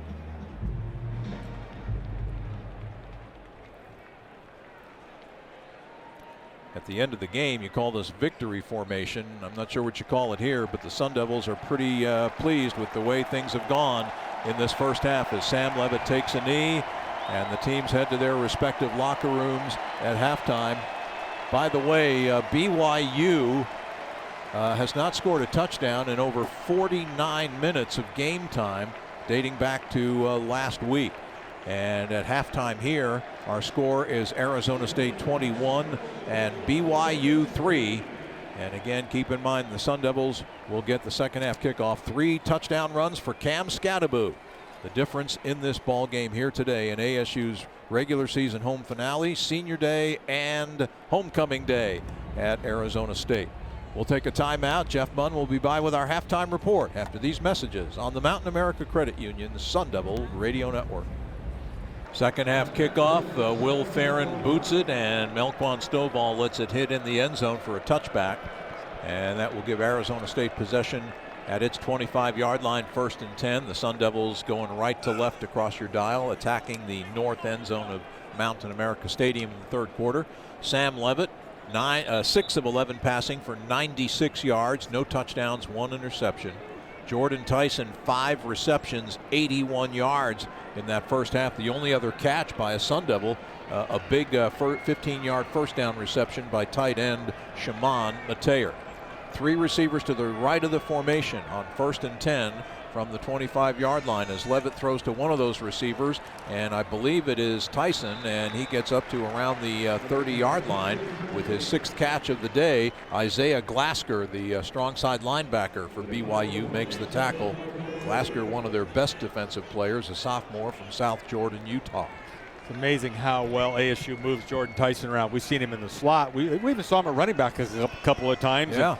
He has every catch except one. Shimon Mateer has that first down in the second quarter. On 2nd down, they give it to Skattebo with a big hole up the middle, and he's got a first down out to the 36-yard line. A 6-yard pickup for Scat. And one of the Sun Devil offensive linemen, and it's the heart and soul of that line, Leif Fautanu, the center. A little slow to get up, but he is up now and ready to get the next snap underway. And Fautanu's making his 48th start, but more impressively, Tim, coming into the game, 3,329 offensive snaps. Remarkable. Good for number 3 in the country. What's even more amazing is there's 2 guys out there at New Mexico State and Texas that have played more snaps at center. 1st and 10 from the 36. Fautanu snaps to Levitt, who gives to Skattebo, and Skattebo picks up a couple of tough yards off the right side of his offensive line before he gets dropped on the play. Tyler Batty, the defensive end, and tackle Blake Mangelson team up on the stop for BYU. It's a gain of only a yard. It'll be 2nd and 9. And now a sub in for the Sun Devils as Troy Omire, the one-time Texas Longhorn, comes in at a wide receiver spot. He and Tyson are split to the right side of the formation. Shimon Mateer and Xavier Guillory to the left. And now Skattebo motions out of the backfield on 2nd and 9. Levitt's throw to the far side is caught by Tyson, and he is forced out of bounds out past the 40 at the 42-yard line. A gain of 5. It'll set up a 3rd down and 4 as cornerback Jacob Robinson was the defender on the play for BYU. Devils have been good on 3rd down today, 5 of 7. Came into this game 16th in the FBS in 3rd down conversion rate, 47% on the season. Tyson Brown in at running back now in place of Skattebo. A somewhat compressed formation for the Sun Devils. Tyson, the only receiver, split wide of the formation, out wide to the left, with Mark Collins, a cornerback, on him. On 3rd down, here comes pressure. Levitt's in trouble, and he gets dropped by blitzing roverback Miles Hall. There is a late penalty flag down. They got a hold on Jordan Tyson. Jordan got held on the far side of the field. BYU came with the blitz, got home. Holding, number 2, defense, 10-yard penalty, automatic. Remember, we told you that Mark Collins was the cornerback lined up on Tyson. It's Collins who got called for the hold. What a costly penalty. Instead of a 3rd down sack, the Devils get the ball into BYU territory on the penalty, and it's an Arizona State 1st down at the Cougar 48-yard line. Yeah, I got a chance to look at it on replay. The corner was off 5-6 yards, but he didn't back up. He went forward, hit Tyson, had 2 hands in his chest, and actually took him to the ground. Wow. Skattebo back in at running back. Skattebo gets the call. Skattebo gets a couple of yards as he picks up to around the 44-yard line. As again, that roverback Miles Hall, who had the sack a moment ago, makes that tackle. Hall's a redshirt freshman from St. George, Utah, who's made some plays today for BYU. The gain is to the 44-yard line, a pickup of 4 for Scat, 2nd down and 6. As Tyson and Stovall go to the right of the formation. Xavier Guillory to the left. Shimon Mateer is lined up tight on the left side. Now Stovall motions to the left. On 2nd down, Levitt swings it to Skattebo on the near side. Skattebo sidesteps a tackler, breaks another tackle, and gets a 1st down inside the 35-yard line of Brigham Young. 9-yard gain and a 1st down for Cam Skattebo. I think what he does so well is just keep his balance. It's a swing pass. He's getting hit. and he just somehow stays strong, keeps his shoulders perpendicular to the line of scrimmage, or excuse me, parallel line of scrimmage, and just powers through people. That should have been a 2-3 yard gain. That was all Skattebo for extra yards. Now Kyson Brown comes in at running back. It's another compressed formation for ASU on a 1st and 10. They give it to Brown, and he gets hit right near the line of scrimmage. Boy, a big hit that time. And it's the cornerback Mark Collins who came up from the secondary to hit Brown and limit him to a gain of barely a yard. That was one of those plays that was a great defensive play, but had they missed, that would have been trouble because it was a boundary side run. The boundary side corner came on that, and if you don't make it, your back is one-on-one with the safety on the hash. Tyson split to the left side. Stovall motions to the left. 2 receivers also to the right. Here's Levitt throwing a fade. He's got a man open. Stovall at the 15-yard line, and he's out of bounds. Tackled at the 10-yard line. Knocked out of bounds by safety Tanner Wall. A 25-yard pickup on the fade pattern to Melquan Stovall along the near sideline. And it's 1st and goal ASU at the BYU 9-yard line. Yeah, that time Tyson fakes a wide receiver screen. He comes back off the line of scrimmage, and everybody came up thinking the ball was going to Tyson, and the ball was on the wheel route. The blocker turns into the wheel route for a 1st down. Look at this formation. 4 receivers lined up to the left, including Skattebo, who gets the quick pass from Levitt, but is only able to gain a couple of yards. The idea was to get it to Scat with some blockers in front, but the Cougars did a good job defending that play, and Roverback Jack Kelly bumped Skattebo out of bounds at the 7-yard line, so they only pick up 2 on the play, 2nd and goal. It'll be interesting. Jordan Tyson's line to the right. Look at the shadow coming off his body. The shadow, if Jordan Tyson goes in the end zone and looks at Sam Levitt, who's on the left hash, he's going to be looking right back into the sun. Tyson split wide to the right, couple of receivers to the left. Levitt will line up under center on 2nd down and goal. Kyson Brown goes in motion, handoff to Skattebo, and Skattebo fighting for yardage, spins forward inside the 5 to the 4, and it will set up a 3rd down and goal as again Miles Hall in on that tackle for Brigham Young. And now checking into the game is tight end Cameron Harpole for ASU. 3rd and goal. We are under 9 minutes to go. This has been a time-consuming opening drive, and that's been one of the subtle subplots today. The Sun Devils, in their possessions, are taking a lot of time off the clock. Now the 2 tight ends, Mateer and Harpole, motion from the left to the right of the formation. Tyson goes in motion to the right. Levitt rolls to the right. Now looking back left, throwing for the corner of the end zone, and it's incomplete through the hands of Shimon Mateer. Mateer in the back corner of the end zone, the back near corner of the end zone. Levitt didn't have a lot of room, a big window to throw that ball into Mateer's breadbasket, but it was a pretty well thrown pass, and Mateer just could not hold on. Yeah, they tried to flood the right side, sneak the tight end back from right to left, and the ball was defended. Evan Johnson, the corner, was there. The ball went over his head. That should have been caught in the back of the end zone. Great throw, but hey, you know what?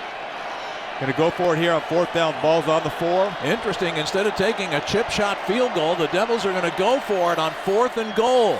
And Levitt with time. The penalty flag is down. Levitt throws incomplete out of the end zone. There's a flag down on the play back in the area where you generally call holding. It might be a chop block. 2 offensive linemen over on that side. And Sun Devils starting to walk off the field. And it looks personal like foul, chop block, number 77 and 4. Offense, penalties decline. Ball goes over. 1st down, BYU. So the Sun Devils fail to score after driving it all the way down inside the 5-yard line.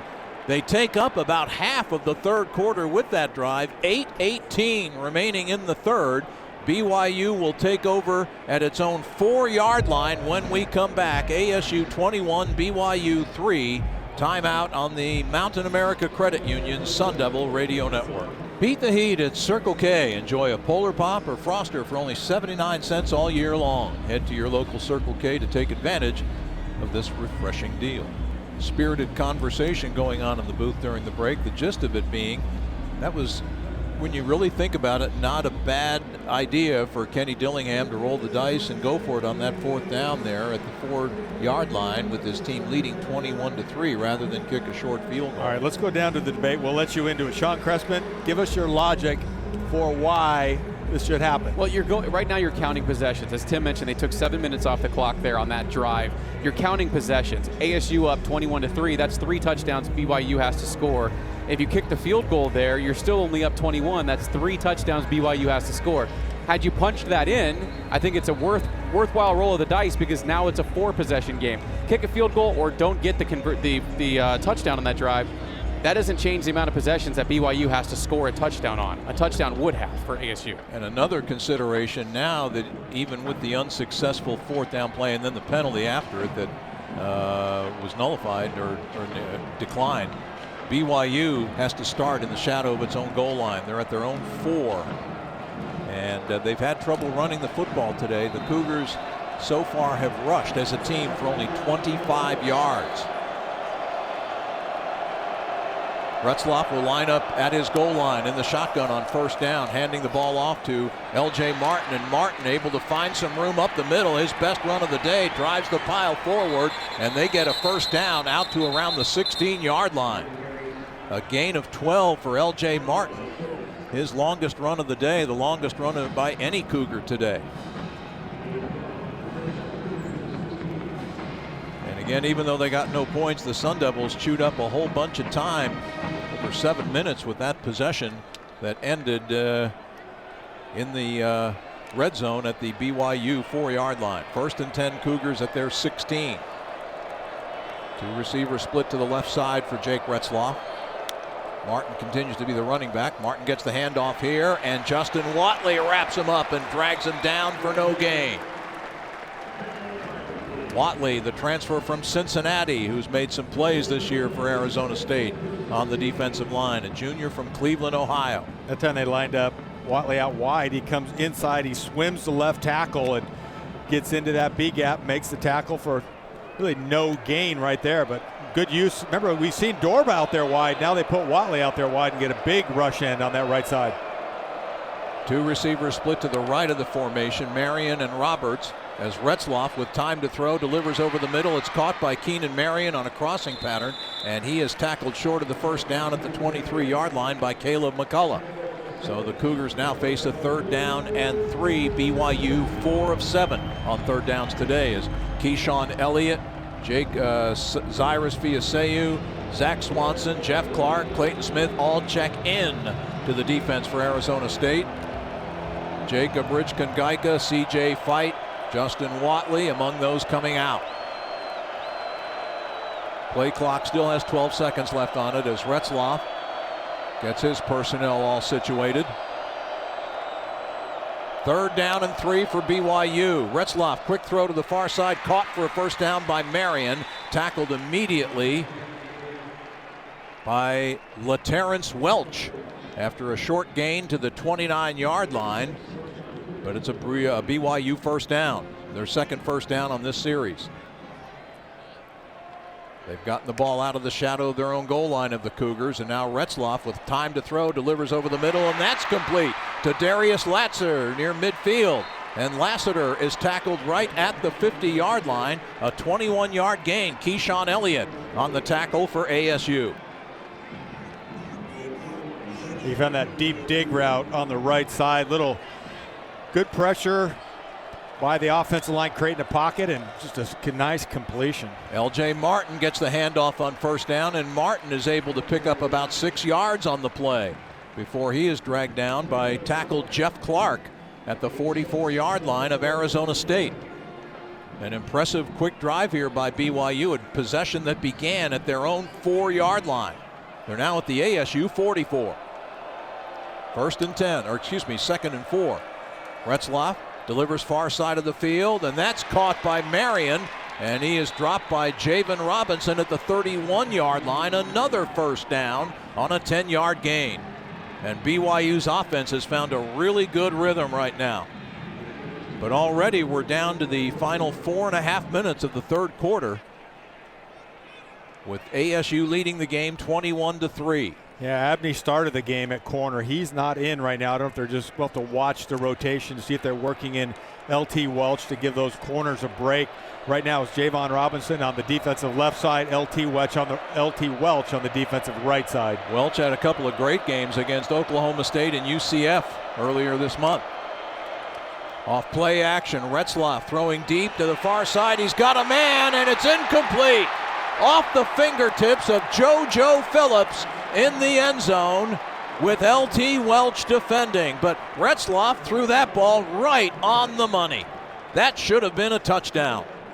Fade route boundary. The ball was on the left hash, threw a fade route into that side and dropped it right in the bucket. And ball was dropped. 4:09 to go in the third. And now another substitution. Keyshawn Elliott comes out. Jordan Crook comes in. Zyrus Fiaseu out of the lineup as well. 12 men on the field for ASU. Yes, Fiaseu didn't get off in time. The pass caught by Lassiter. He's tackled at the 25-yard line by Javan Robinson. There's a penalty marker down, and that'll be 12 men on the field on ASU, I would believe. Fiaseu was still about a stride or two from the sideline. Illegal substitution. Defense, there were 12 players on the field at the snap. 5-yard penalty, still second down. So BYU will take the penalty to keep the down, and the ball advances to the 26-yard line. Lassiter had gotten to the 25 on the reception, but they want the second down back. It's 2nd and 5 at the 26. 4:03 to go in the third. BYU on the move. A drive that began at their own 4-yard line. Two receivers to either side.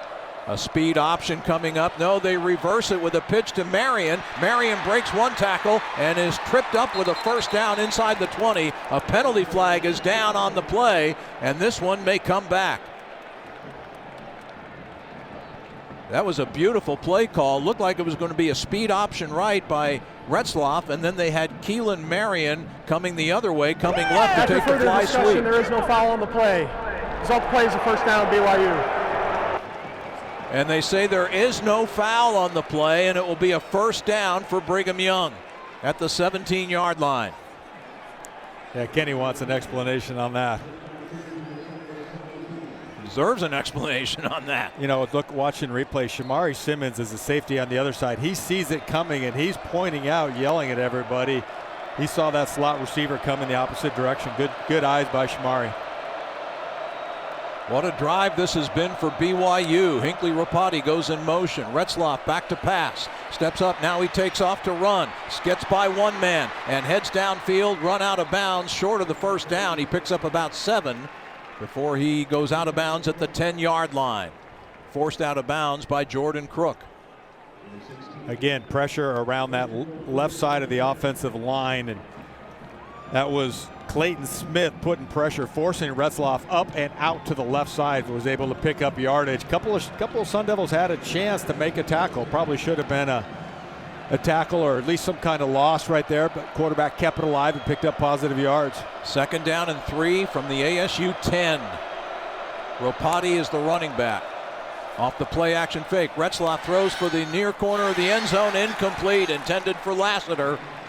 He was trying to throw a fade to Lassiter, and Javan Robinson was covering.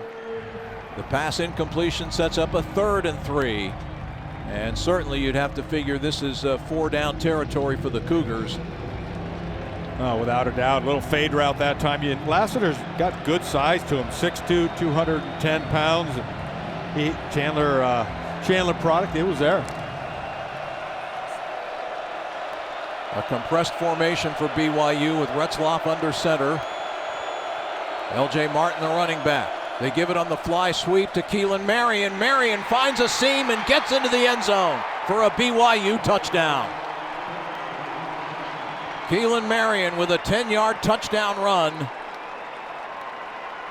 And the Cougars climbing their way back into this ball game here with 2:49 to go in the third quarter. Now trailing ASU 21-9.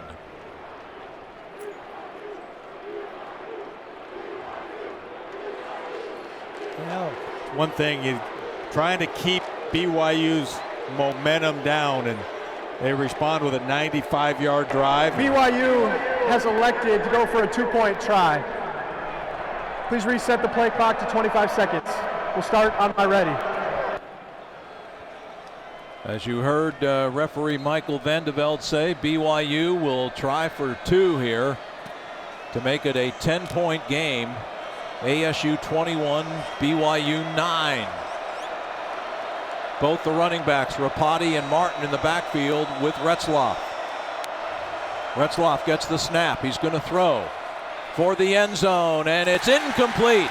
And a flag is down in the far corner of the end zone where Xavier Alford and Keith Abney were defending the intended receiver, Chase Roberts. Pass interference number 2, defense. That penalty will be enforced half the distance to the goal. Retry. The penalty on Alford, and it will move the ball to between the 1 and the 2 yard lines, as again BYU will go for 2, and the Sun Devils making wholesale changes in the defense, getting more beef in there in the event the Cougars try to run it in. Yeah, Chase Roberts was the crosser. He was the receiver running in the back of the end zone, left to right. They got held. So again, a 2-point conversion try coming up. From inside the 2, they give it to L.J. Martin, and Martin is dropped short. The 2-point conversion try fails. Justin Watley, one of those to bring him down short of the goal line. So BYU fails on the 2-point conversion try, and with 2:49 to go in the third quarter, the Sun Devils now lead 21-9 over Brigham Young. As we take a timeout on the Mountain America Credit Union Sun Devil Radio Network. That was an impressive drive by BYU, 96 yards in 12 plays after the Sun Devils took the opening kickoff, chewed up about 7 minutes of clock, got inside the BYU 5-yard line and then failed to score. They went for it on 4th down, didn't convert, and they had a penalty that was declined anyway on that 4th down play. And then Jake Retzlaff leads his team 96 yards in 12 plays.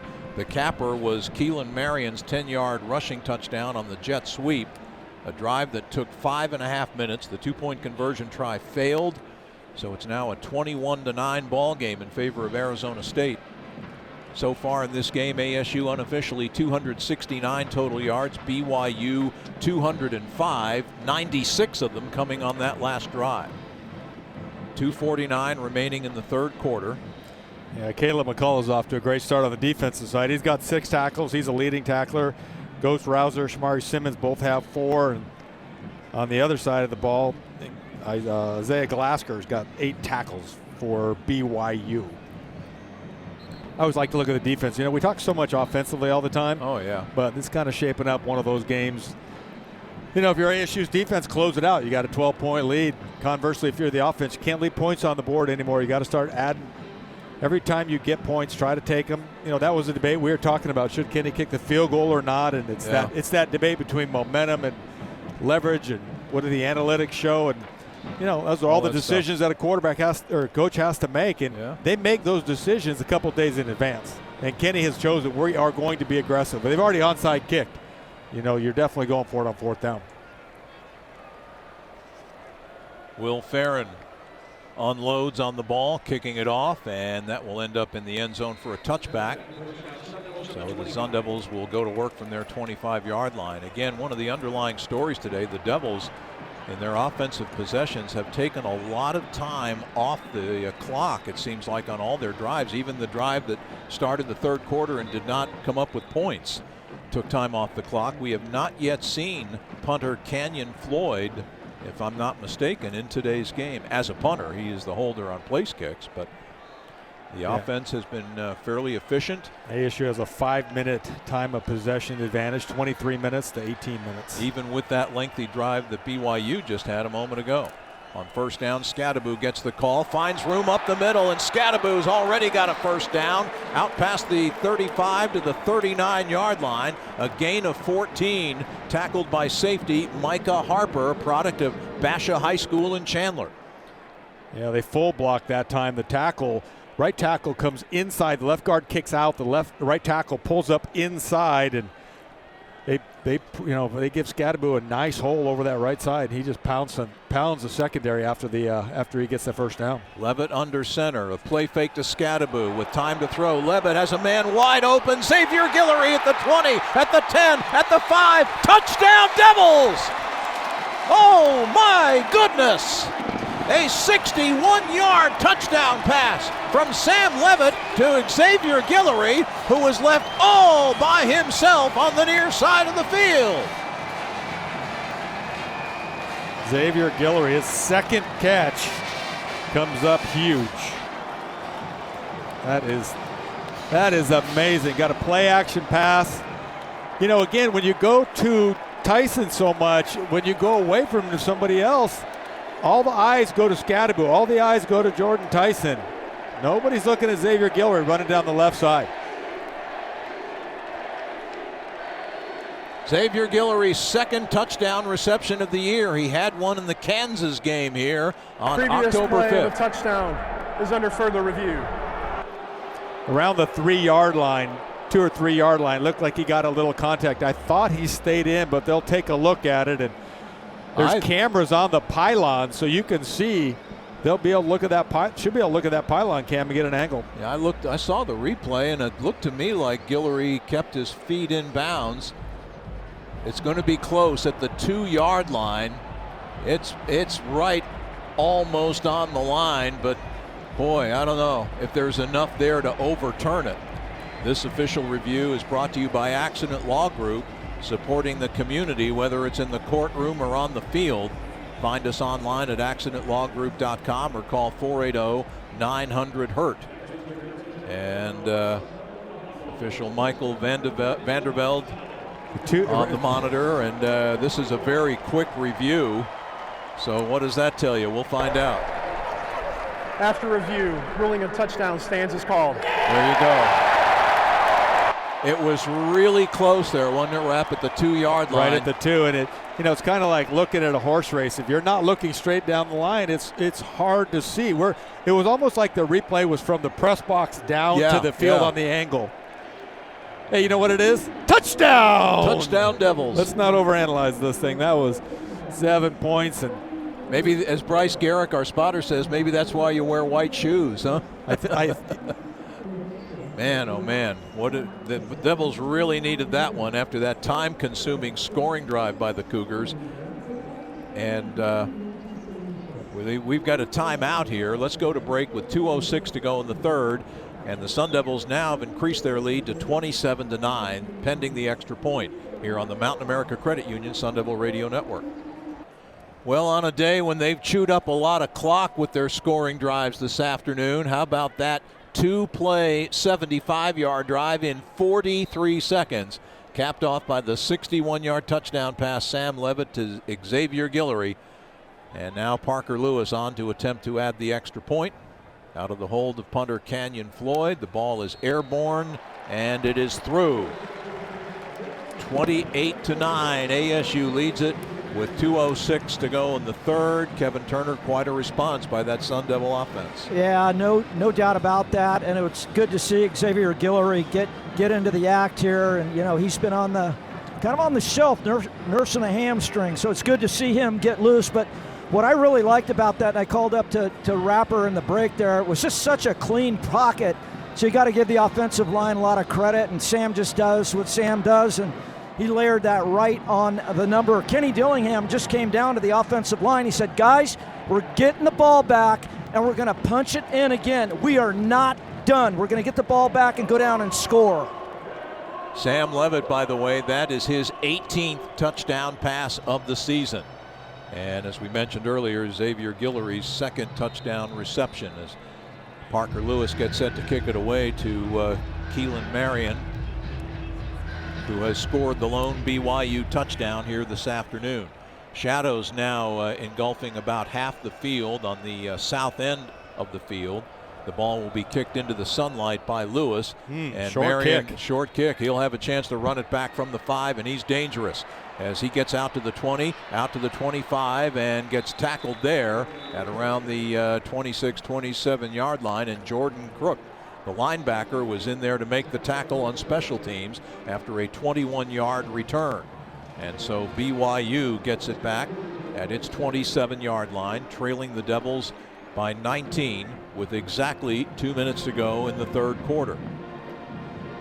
I think we've seen a total of, if I'm not mistaken, 1 punt today by both teams combined. Yeah, you're correct. Got some good stats at halftime by our crew from the Cronkite group. 4 times BYU's been behind at half. They've come back 3 times, but this 18-point halftime deficit that they faced was the largest of theirs this season. Here's a quick slant thrown and caught for a first down out past the 40-yard line. And that catch was made by the fellow who dropped a potential touchdown pass last time, JoJo Phillips, redshirt freshman from Lancaster, California. That's his 8th reception of the year. It's a 16-yard gain out to the BYU 43. Shamari Simmons making the tackle. 1st and 10 for the Cougars. 2 running backs in the backfield out of the shotgun. Retzlaff throwing again, and he's got a man, Darius Lassiter. And Lassiter breaks a tackle at the 40. He's down inside the 30. And just like that, BYU in business as Lassiter and Xavier Alford exchange a couple of words. It was Alford that bumped Lassiter out of bounds, but the gain is all the way down to the Arizona State 21-yard line. Yeah, 36 yards on the play. Tim, one thing too though, Darius Lassiter got injured out that play. He tapped himself out. He's going to he'll go out. McCullough will come into that, and just a couple of quick passes. The ball was hit the crosser route right to left. Ball's now down at 21-yard line. Boy, all of a sudden here on their 2 second-half possessions, BYU's offense has found a rhythm. Chase Roberts goes in motion to the left side and now comes back to the right. Off the fake toss, Retzlaff gets a pass off as he was about ready to get hit by Elijah O'Neal, and it falls incomplete just a few yards upfield inside the 20 to the left side. Yeah, great pressure by Shamari Simmons, though. Shamari comes off the blitz on the field side, forces Retzlaff up in the pocket. When he does, it shortens the distance between the quarterback and the defensive lineman. Defensive linemen get their hands up, the ball's deflected. 2nd down and 10. 47 seconds remaining in the third quarter. ASU 28, BYU 9. LJ Martin off the play action. He passes thrown and caught for a touchdown by JoJo Phillips. Phillips with a 21-yard touchdown reception on the far sideline. And BYU back in this ball game again. Yeah, that to me almost might be a blown defensive assignment. Keith Abney's the boundary side corner, the defensive right side. They fake the RPO give, and Abney comes up, turns the fade route loose on that boundary side, and safety is unable to get over the top from the half. And easy touchdown now. BYU needs points, so they're going to try to go for 2 here with the ball in the left hash at the 3-yard line. So it's 28-15 now. The Cougars unsuccessfully went for 2 on the other touchdown they scored just a few moments ago. They'll go for 2 on this one as Chase Roberts motions to the left side. LJ Martin, the running back, out of the shotgun. Retzlaff off play action, throws for the end zone, and it is caught by Lassiter for a 2-point conversion. Darius Lassiter makes the catch as Retzlaff threw that ball softly, got some air underneath it, and Lassiter went up with his 2 hands extended up over his body and made the catch. And the 2-point conversion is successful. And with 43 seconds left to go in the third quarter, the Sun Devil lead once again has been shaved, this time to 11 points. It's 28-17 ASU. Yeah, Lassiter did something really smart there. He was bigger than Javan Robinson, so when he caught the ball with his arms extended up in the air, he ran with the ball up. He never tucked it in where it could get popped away. So good job by the big wide receiver for BYU. So right now we've kind of reached a stage where neither of these offenses are being stopped. ASU has had the ball 2 possessions in the second half. They were stopped, but after driving the ball all the way to the 4-yard line of BYU. And then last time the Devils had the ball, they got 2 plays, a touchdown, a 61-yard touchdown reception by Xavier Guillory. BYU has scored on touchdowns on both of its second half possessions. As Farron's kickoff is going to be a touchback once again as it hits several yards deep in the end zone and rolls out of the back end. Well, ASU, they got 43 seconds left in the third, so they'll run one play and see if that will milk out the end of the third quarter. ASU pretty happy to be lead 28-17, but offensive got to keep their foot on the gas, and we saw them explode down the field last time. Emmett Boley's in at left tackle, Tim. On his senior day, as BYU's had a couple of memorable comeback wins in their 9-0 start, including a last second victories against Oklahoma State and at Utah. From the 25-yard line, handoff to Skattebo, and Skattebo moves the pile forward and picks up about 5 yards before tackle Blake Mangelson brings him down. Have to run one more play here. No, they actually don't. They could just let this be the end of the quarter here. Let's see if the Devils will. I wouldn't be surprised. That's one thing they've done very well in this game, is they've used up a lot of time on their possessions. They do not have to snap the ball before the third quarter comes to an end. Let's see if that's... They may try to get a free 5 yards, clap. No reason to run a play here, is there? No, Sam Levitt got him up quickly, but then now taking his time, and now Sam's going to head over to the sideline as the clock hits triple zeros. And we've reached the end of 3 quarters of play here at Mountain America Stadium. A rivalry renewed on this gorgeous autumn Saturday afternoon. These two teams, longtime foes in the 60s and 70s in the old Western Athletic Conference, and now foes in the Big 12, with a potential chance at a Big 12 title game appearance on the line here in Tempe today. After 3 periods of play, our score is Arizona State 28 and BYU 17. We're back with the fourth quarter of today's game in a moment here on the Sun Devil Radio Network. As we welcome you back to Mountain America Stadium, fourth quarter, ASU 28, BYU 17, with Jeff Van Raphorst and Kevin Turner, producer engineer Sean Crespin, statistician Evan Reiser, spotter Bryce Garrick. I'm Tim Healy. Hello, Tim. Been a heck of a ball game. You know what? It's been a great ball game. I mean, the stands are here. The students are still going. I mean, can you imagine a year ago they were talking about activating the Valley? And everybody's like, activating what? I don't know how I'm going to look at. Yeah. And then all of a sudden, you know what? Kenny Dillingham has done it through 2 things: hard work, and the main thing is the main thing. He's been coaching hard, making the right calls, doing the little things that need to be done. By the back judge on the field. Now the official does not realize you're hot. Hot being the term for your mic is on. By the way, Cam Skattebo has his 5th 100-yard game of the Due to a season play today. clock malfunction, both play clocks will be turned off. The back judge will keep the play clock on the field. So there you have it. Apparently a malfunction of the play clock. It shows 25 seconds. At least the one in the south end zone does, but they're going to keep the official play clock on the field. Cam Skattebo today, 128 yards rushing and 3 touchdowns. It's his 5th 100-yard game this season, his 8th as a Sun Devil, and the 18th of his college career. Yeah, I really like how the referee that time went over to Sam Levitt. He made the announcement, then he went and talked to him personally, pointed at the clock, and explained what was going on. So nice job of officiating. So there is no discrepancy. Everybody understands what is the situation. 2nd and 5 from the ASU 30. A middle screen to Jordan Tyson, and Tyson works his way upfield, and he's going to be marked, I think, they're going to give him the first down, I believe. On the field as the runner short of the line of game. It'll be 3rd down. Boy, it looked to me like Tyson got the ball to the 35. I don't know about that spot. Evan Johnson, a reserve cornerback, made the tackle for BYU. So now it's 3rd and inches for the Sun Devils. And did a whistle blow? They're going to review that spot.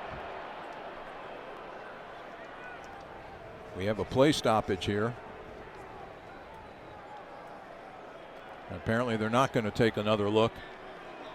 3rd and less than a yard. The ball is just shy of the 35. It needs to be on the 35 for the first down. And the BYU defenders are trying to get their fans making noise, and the ASU fans are only too happy to respond as well. Levitt did a quarterback sneak for a first down earlier in this game. This time off play action. Levitt rolls to his left. He'll take off and run for the first down and more. And Levitt is all the way out to midfield before he is finally dropped on the play by cornerback Maury Bamba after a 16-yard scramble. There's a penalty, but it's in the secondary. This may be defensive holding. Looks like number 21 grabbed the crossing route as it was coming across, but we'll wait and see the call. I'd be surprised if it's not holding against the defense. Jordan Tyson has been signaling Holding, that all along. number 4. Defense, 10-yard penalty will be added to the end of the run. First down. So the Devils get a 2-for-1. The Levitt scramble gets them the first down to midfield, and then they will tack on the 10 yards to the penalty after that. So just like that, the Devils have the ball at the Cougar 40-yard line, leading BYU 28-17. We played a minute here of the fourth quarter. Tyson now 8 catches, 95 yards, but he's also forced 2 holding penalties in addition to the 95 yards receiving. 1st and 10. Skattebo in at running back. Scat gets the handoff and not going anywhere that time as he gets stacked up and actually gets dropped for a loss of a yard or so.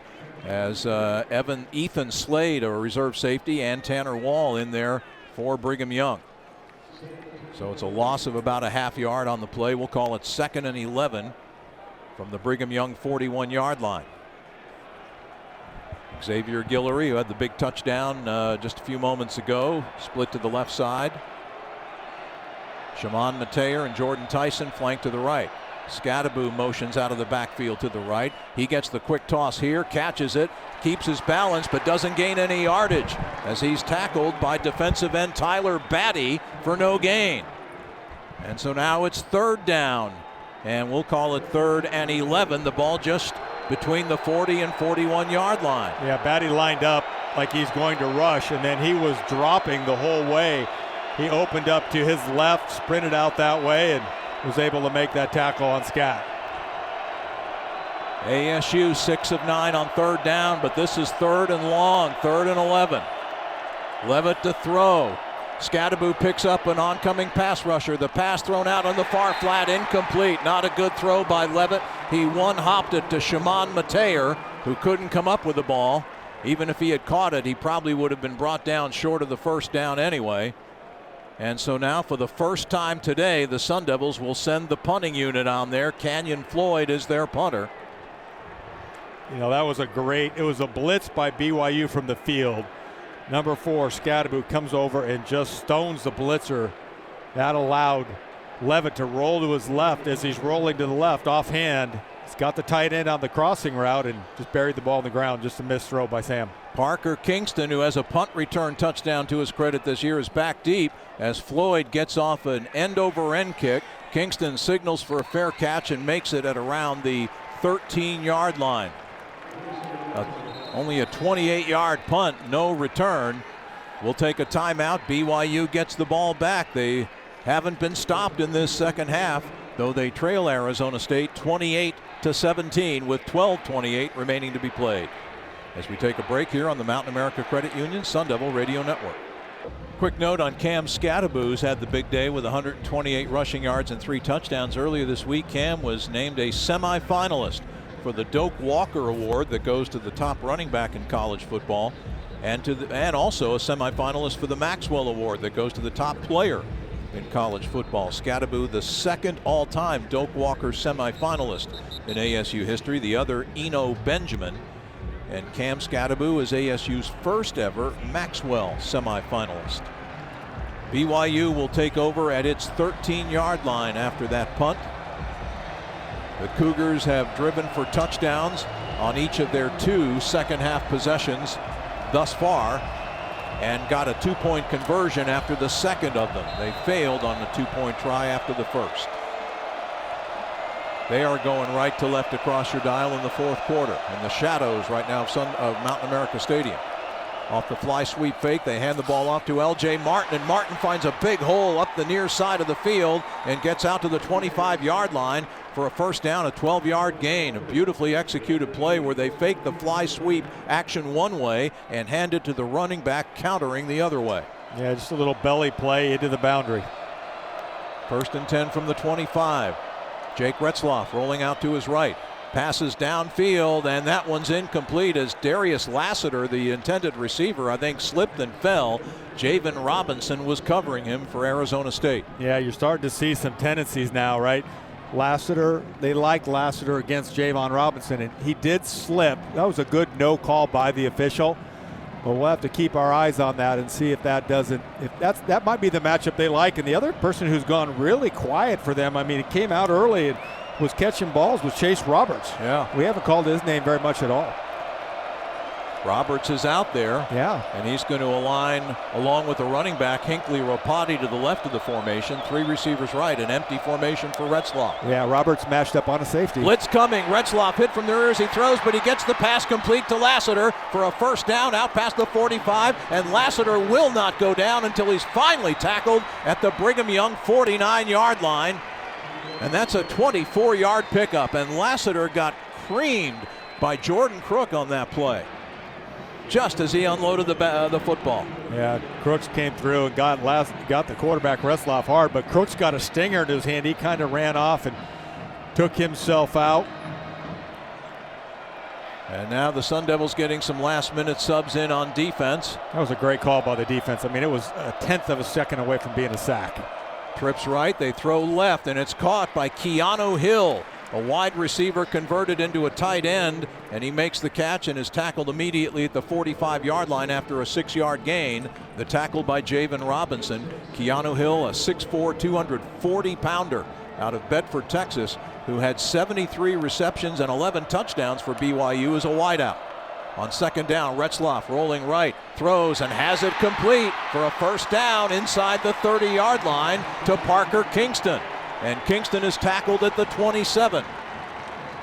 It's a gain of 13, and BYU on the move again. The Devils have not been able to stop the Cougars in the second half. 1st and 10 from the ASU 27-yard line. Retzlaff with plenty of time to throw, delivering for the end zone, and it is incomplete off the fingertips of JoJo Phillips on the back corner of the end zone.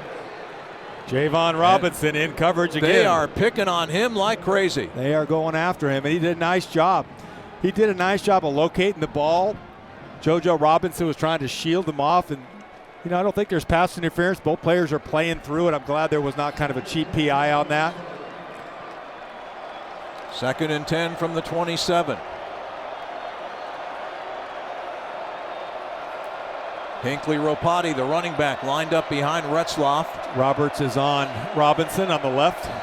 He got an audible by the quarterback here. He just changed the play. Keelan Marion, a slot left. Lassiter split to the right. Pressure coming. Retzlaff throws it up for grabs the far side of the field, and it's deflected away, incomplete. A penalty flag is down. Lassiter, the intended receiver. Keith Abney was the defensive back in coverage, and a flag is down. Well, I didn't. Pass interference, number 1. Defense, 15-yard penalty automatic, first down.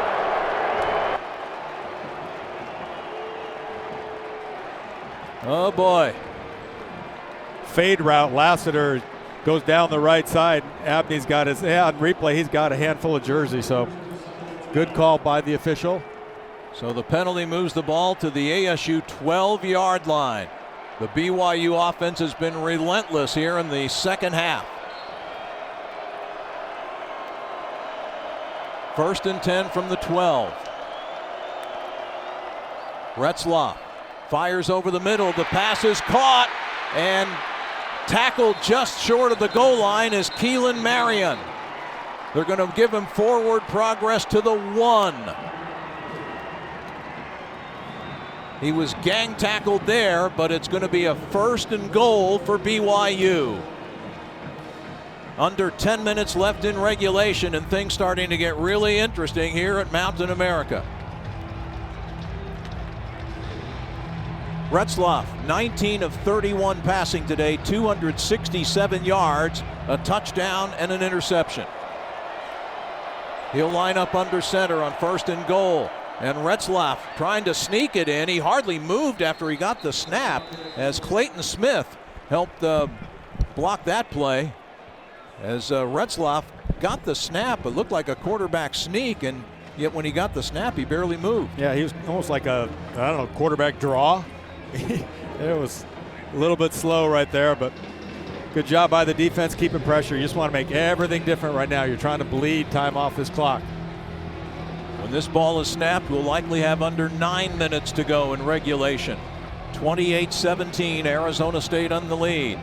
The Devils led early in this game 21-0. BYU sprints to the line of scrimmage. Retzlaff under center. Retzlaff, the fly sweep handoff to Marion, and Marion turns the right corner and scores again. His second touchdown run off the fly sweep today. And this one is all of a sudden turning into a nail biter. Yeah, now you go for 2 if you're BYU. Try to put this into a field goal game. As we said, BYU has had several storybook comebacks in their run to a 9-0 start, and they're trying to author another one here today and end Arizona State's hopes of possibly going to the Big 12 championship game. BYU will lock up a berth if they win and Utah wins later today. And the Cougars again will go for 2 with 8:44 left. Out of the shotgun, Retzlaff with LJ Martin behind him. Retzlaff throws to the near side of the field, and the pass is incomplete as it's tipped by Clayton Smith coming on the rush. So for the second time in 3 opportunities in this second half, BYU has failed on a 2-point conversion. But the greater story is BYU has scored touchdowns on all 3 of their second half possessions, and they have turned this one into a nail biter. With 8:44 left to go, it's now Arizona State 28 and BYU 23 as we take a timeout on the Mountain America Credit Union Sun Devil Radio Network. The Sun Devils looked like they were going to command this game, leading 21-0 early on, 21-3 at the half. But the Sun Devils have just not been able to get BYU stopped in the second half. The Cougars have scored touchdowns on all 3 of their second half possessions. They've scored on 4 straight because they got the field goal before half. BYU, each team has only punted once in this game. And now the Devils desperately need something that they got 3 times in the first half. Time-consuming scoring drives. As the kickoff is airborne off the foot of Will Farron, and once again it will land in the end zone for a touchback. And Sam Levitt and company will take over at their 25-yard line as we check in with Kevin Turner. Kenny Dillingham went over to his star offensive players, was talking to Cam Skattebo, kind of smiling, and then Sam Levitt came over to join the conversation. Kenny walked over to Sam and just chest bumped him and said, "Let's go." And the Devils need to do just that. Take time off the clock and get a score. BYU with a terrific comeback in this game. They were down 21-0 at one point. It's now 28-23 with 8:44 remaining. On first down, an end fly sweep handoff to Kyson Brown, and he gets swarmed under for a loss of the yard as linebacker Isaiah Glasker makes the tackle. Sun Devils not having nearly the success on the fly sweep BYU has had, as their receiver Keelan Marion has scored 2 rushing touchdowns on fly sweeps. Yeah, Glasker did a nice job of staying home, kept outside leverage. He's on the right side. He kept his right arm free and took that play away. Second down and 11 from the ASU 24. 2 receivers to either side of the formation. Rush 3. Levitt throwing to the near side of the field, and Tyson comes back and makes the catch on a back shoulder fade and is a first down in Brigham Young territory. They're going to mark the ball at around the 47-yard line of the Cougars. Jacob Robinson in coverage for BYU. The line of scrimmage will be the 46, and it is a pickup of 30 yards. Fade route to inside slot receiver. Great job by Tyson coming back for it. Turns his body, high points it, and makes the catch. Tyson, 9 receptions, 125 yards today. First and 10 at the BYU 46. Handoff to Skattebo. Gets a block, trying to turn the left corner. Skattebo inside the 40, run out of bounds, close to a first down. They're going to mark him out just inside the 38-yard line of Brigham Young. They'll actually mark him at the 37, so it's a 9-yard pickup for Skattebo. Yeah, it's nice the clock is back working now, so there's 27 on the play clock. Now you kind of slow things down and Skattebo was just fast enough. There's about 2 or 3 defenders diving and trying to get their hands on his shoelaces, trip him, anything they could do. 137 yards for Skattebo today and 3 touchdowns.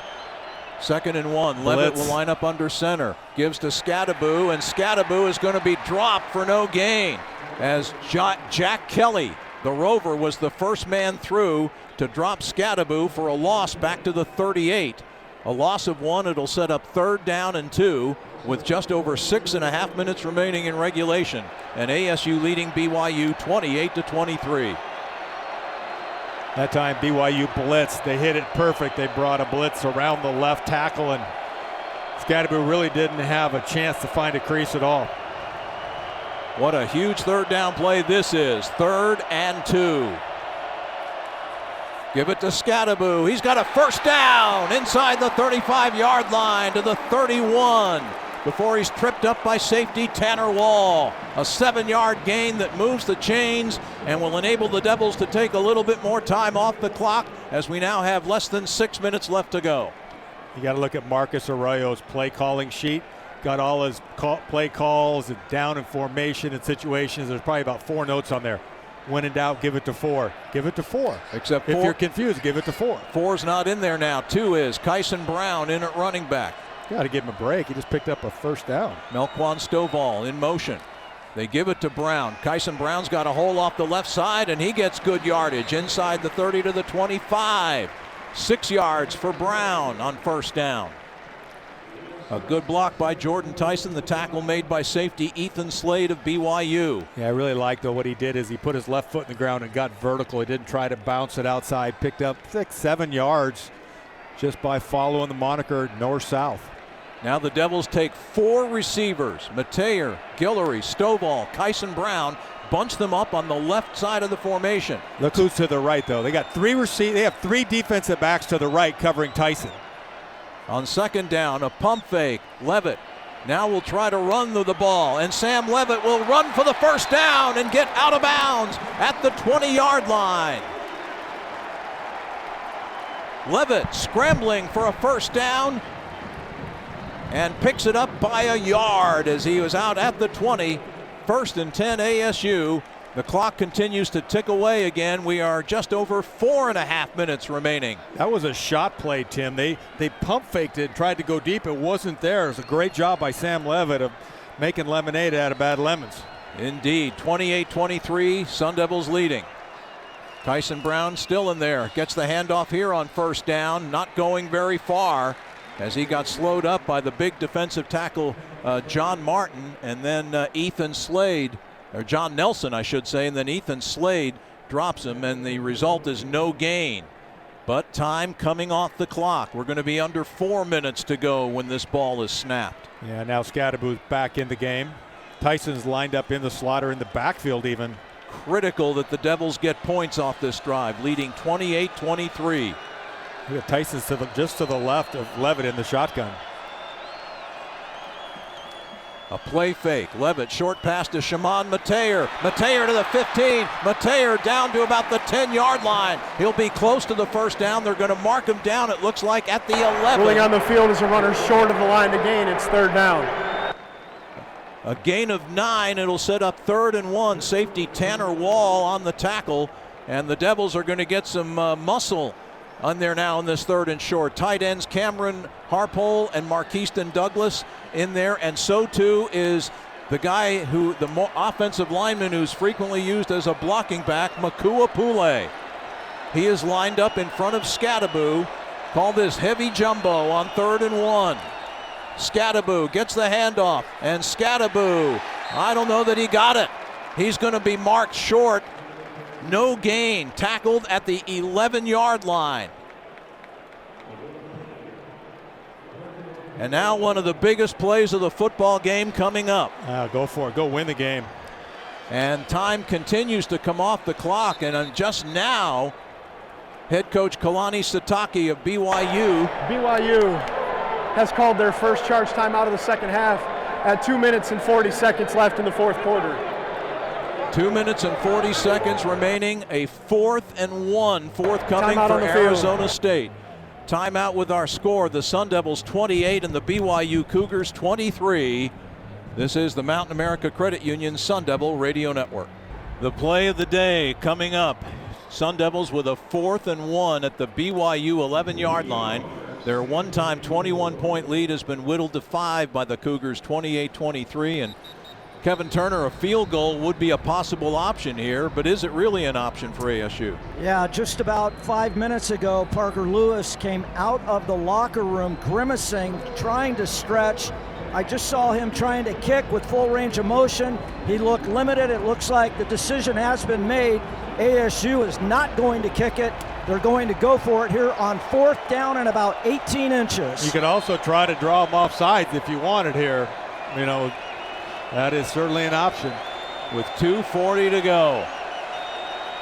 And keep in mind, BYU has not been stopped offensively in the second half. Levitt will line up in the shotgun. Levitt will play fake. He'll try to run with it, and Sam Levitt is not going to get it. And as he is tackled by Isaiah Glasker, trying to turn the right corner, and he is tackled for no gain at the 11-yard line. The running back was behind Sam Levitt. Sam Levitt opened to the right side to fake it. The running back went behind Sam Levitt, so there was no fake. The defense got to see Sam Levitt open up right to the field. Skattebo goes over left tackle behind Sam Levitt, and Sam has no choice but to keep it. Blown play right there for ASU. And so now a Sun Devil defense that has not gotten a stop at all in the second half has had the outcome of this game thrust on its shoulders here with 2:34 remaining. BYU has 89 yards to go, but that has not been a problem for them in any of their second half possessions. On 1st down, Retzlaff will keep the ball. He runs up the middle and gets good yardage. A Sun Devil player lost his helmet, and I think it was Martell Hughes, and Retzlaff gets a 1st down out past the 20 to the 21-yard line. Martell Hughes is in there in passing situations.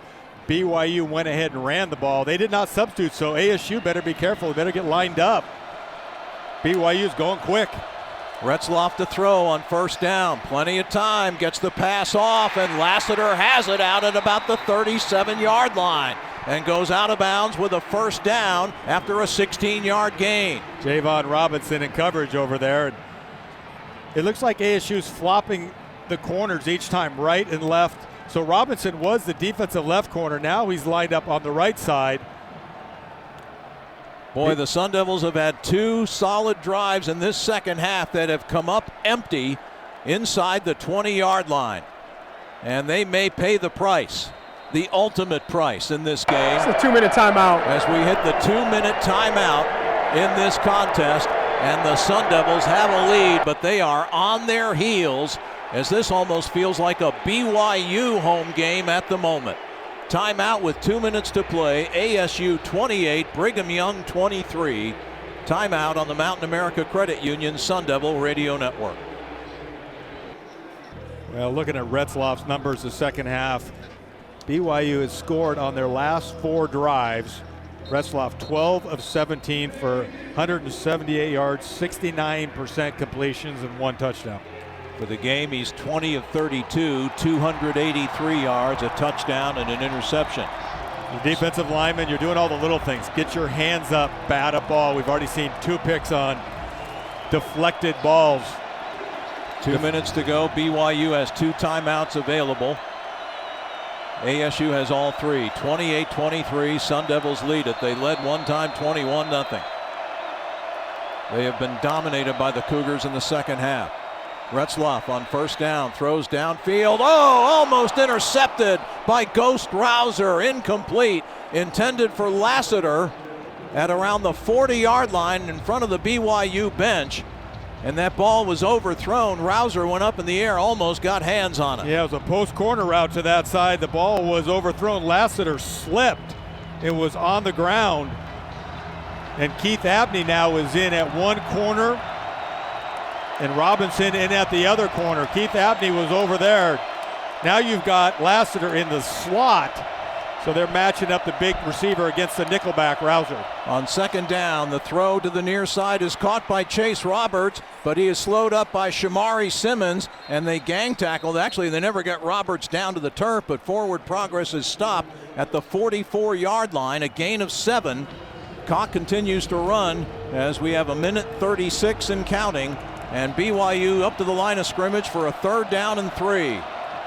From there, 44-yard line. Retzlaff rolling to his right. Still rolling, gets the pass off, and it's caught for a 1st down by Roberts, who's bumped out of bounds by Shamari Simmons at the 49-yard line of ASU. Clock stops on the out of bounds, 1:24 remaining in regulation. ASU 28, BYU 23. Wholesale changes defensively for the Devils. Justin Watley, Elijah O'Neal, C.J. Fight, Jacob Rich-Kongaika, Zyrus Fiaseu all enter the ASU defensive lineup. A lot of hand signaling going on by the defense. They're trying to match up. Looks like a man-free look. They've got 8 in the box. ASU showing blitz, man-to-man coverage all across the board for Retzlaff. On 1st down, Retzlaff. As the pocket caves in, the pass deflected, incomplete. There's a flag down in the secondary. Shamari Simmons is going to get flagged for a hold on Chase Roberts. The ball was deflected at the line of scrimmage. That's a big break for BYU. Prior to the pass, holding, number 7, defense. 10-yard penalty, automatic 1st down. It is a tidal wave of momentum flowing in BYU's favor in this second half. The Sun Devils, in a game they once led 21-0, are holding on for dear life here with 80 seconds left to go. 28-23 is their lead. BYU is at the 39 of Arizona State. Yeah, the ASU's lining up, showing blitz. We'll see if they drop out of it this time. They blitzed heavy. Again, here they come. But they pick it up, and now the throw downfield. He had a man open, JoJo Phillips, but the pass overthrown incomplete on the near sideline inside the 10-yard line. And again, they were picking on Javan Robinson. Boy, JoJo Phillips was wide open. Not sure what Javan Robinson was doing. He acted like it was zone coverage, and he was playing the flats. He let JoJo get behind him on the fade route, and he was there. Lassiter and Parker Kingston split to the left side of the formation. 2 receivers to the right. On 2nd down, a slant is thrown, intercepted. It's picked off by Javan Robinson heading down the near sideline, and Robinson is dropped down inside the 10-yard line. The man they picked on all second half long comes up with the biggest play of the day, maybe the biggest play of the season. Holy moly!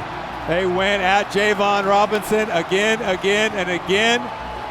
He's in coverage, he gets it, and boy, look at this stadium. If you're not here, shame on you, because it is a gold jump fest right now. Unbelievable turn of events. You just mentioned with 1:10, you go, it's a tidal wave of momentum that was going to BYU, and one swing of the arm, a ball's a little high. It was a slant route that was just a little bit off. The receiver was open on the slant route. The ball was out in front. Robinson was there in zone coverage. He's that defensive right corner, and he gets it, and he gets vindication. That is Javan Robinson's 2nd interception of the season. It is the 2nd of the day by the Sun Devil defense. 1:04 remaining. How will the Devils approach it? Will they take a knee or try to get a clinching touchdown? They aren't going to go into victory formation, not yet. They'll give it to Skattebo. Skattebo around the left corner, and he is tackled out of bounds. No, he's inbounds. Or inbounds, I should say, at the 4-yard line after a short gain. And now Kalani Sitake has to take his 2nd timeout. BYU has called their 2nd charge timeout at 58 seconds of the 4th quarter. Yes, Scat just that time gave a hand. He just gave a handful of strength right to Marquis Collins. Just gave him a wicked stiff arm, and then Scat got down inbounds for a 2-yard gain. Also got a score coming out of Kansas, Tim. CU 21, Kansas Jayhawks, Rock Chalk 37, 16-point lead for Kansas. Boy, are things getting mighty interesting right about now, huh? 4:10 left in the fourth. Wow. ASU is going to go undefeated The Sun Devils at home this season. Have the potential, if they can close this out, will go undefeated at home. And doing the quick math, that's going to put them, I think, into a tie for first place in the league. BYU, if this result stands, will have its second conference loss. ASU will move to 6-2 in the Big 12. And Colorado will fall to 6-2. And if Iowa State wins later, they'll fall into that same group. Second and goal at the 3. Levitt rolling to his right, now spinning back to his left, circles back to his right, and he's dropped all the way back at the 28-yard line. And a timeout is called by BYU, but it's their last timeout. It stops the clock with 51 seconds remaining. BYU has called their third and final charge timeout of the game at 52 seconds in the fourth quarter. Obviously, the intent there for Levitt was to use up as much clock as he could, but he lost a whole chunk of yardage. Yeah, I like that play they did a couple weeks ago where they threw it up in the air. But, you know, you worry that too, right? Because ball slips out of your hands or you get hit. Trust Kenny, trust Coach. He's already done the math. He's already thought through this situation. 52 on it. This should work, though, because there's 52 seconds left. And the Sun Devils, again, will probably try to use as much time as they can on this play, and then BYU will be unable to stop the clock. So we've seen some pretty creative ways to let the final seconds of regulation expire in some of these games, but what a moment for Javan Robinson after BYU picked on him all day long for him to come up with that big play. 3rd and a mile. 3rd and 29 as again Levitt will drop back and then go down at the 40-yard line. Right now the bus is stuck in reverse, but now with the play clock starting, there is about a 7-second differential between the game clock and the play clock. So the Devils could take this all the way down to around 7 seconds left in the game, and then maybe snap it on 4th down and just have Sam throw one high into the air incomplete. Yeah, that would be what I would think you do. I don't think you go, you certainly don't risk a punt in this situation, right? Oh, absolutely not. 12 seconds in the game, 11, 10, 9, 8, 7, and now the play clock has expired. And I think they throw a penalty flag. 4 seconds showing on the clock. I think it should be 7 seconds. 7 seconds, right? Yeah. We'll get a call from the official here. Delay of game. Offense. That delay of game occurred at 7 seconds. Please reset the game clock to 7. 5-yard penalty. It's 4th down. So basically it's what, 4th and goal at about the 44-yard line of BYU. So Sam's got to take it, retreat a little bit, burn 2 or 3 seconds off, and then throw it as high as you can in the air, but it's got to be out of bounds. Now, BYU is smart. Look, they just put a defender in the back of the end zone. If Sam doesn't get this ball out of bounds, they can pick it off and try to return it. Let's see what they elect to do here. ASU has a timeout, right? They can go ahead and call, ASU if it wants to, can call a timeout and re-strategize. Sun Devils have 3 timeouts remaining. Delay of game. Offense, 5-yard penalty. Still 4th down. And Kenny Dillingham. Now here's the problem. Now the ball's on the 50. If you leave them a second, they get the ball at where it's positioned at that 49-yard line of BYU. So let's see what they decide to call here to try to get these final 7 seconds off the clock. On 4th down, Levitt drops back and he just heaves it straight up into the air. 3, 2, 1, and the ball lands out of bounds and time has expired. Previous play. They're going to look at this. Review. Oh my Previous goodness. play is under further They've review. already started bringing the goalpost down, Is under further and review. the officials say they're going to look at the previous play. Is under further review. And fans are starting to storm the field. Tim, good luck with this. Good luck with this. They're going to get a second. I think they're going to get a second. I'll tell you, is there a penalty for storming the field? If there's a penalty for storming the field, they get the ball at the 50 with time. This could be really bad.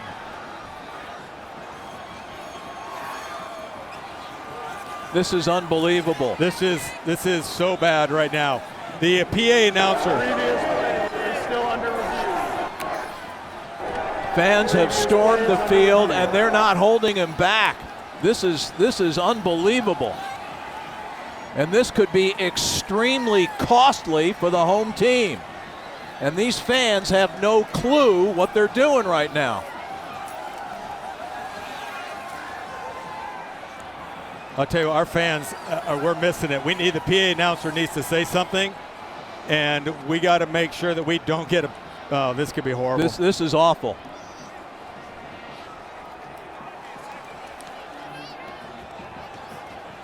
I don't know how you're going to get all the people back. They're still coming on the field by the hundreds. Goodness gracious.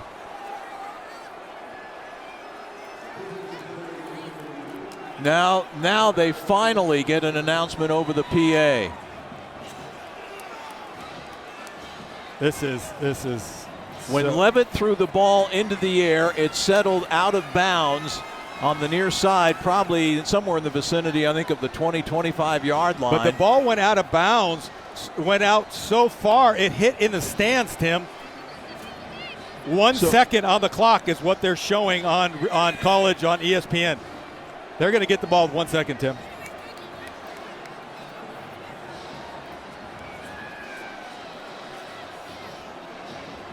I can't believe they're letting how these kids are getting. I mean, almost the entire student section is 60% emptying out of the stands onto the field. 60% of the field is covered, and there is 1 second left in this game. Oh my goodness. There's going to be a penalty. They would get the ball on the change of possession at the 50, and then you assess a penalty for unsportsmanlike conduct for the fans storming the field. And people are coming back down the tunnel. People that had previously either left, they're running on the field by the hundreds. We have a huge crowd control problem. People are jumping the fence in the north. The gates are open in the south. 70% of the field is covered, and it's growing, and we're going to get a second left. Which means that BYU would have one last play. Kenny is livid, and everybody wants to come hang out with Kenny. Goodness gracious. That long 30-yard loss by Sam Levitt it was horrible. Yeah. Right? You'd rather give him one play from the 20 or 30. I'll tell you what, this is going to go down. This could go down as one of the biggest blunders in a long time, and the 15 yards is going to be from the crowd.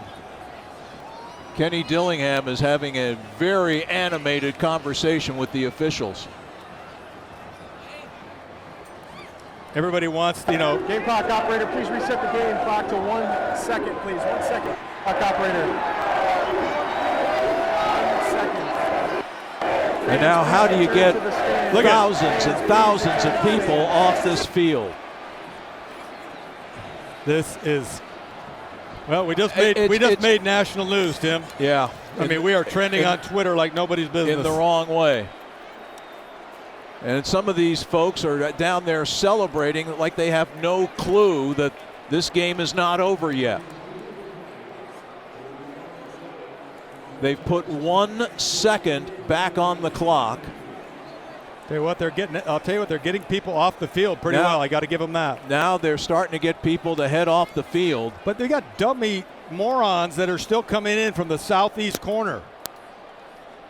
Good Lord. And you know what? Nobody's going to want to leave. They're going to want to see, so they're not going to be able to fill the seats up. This is going to be catastrophic.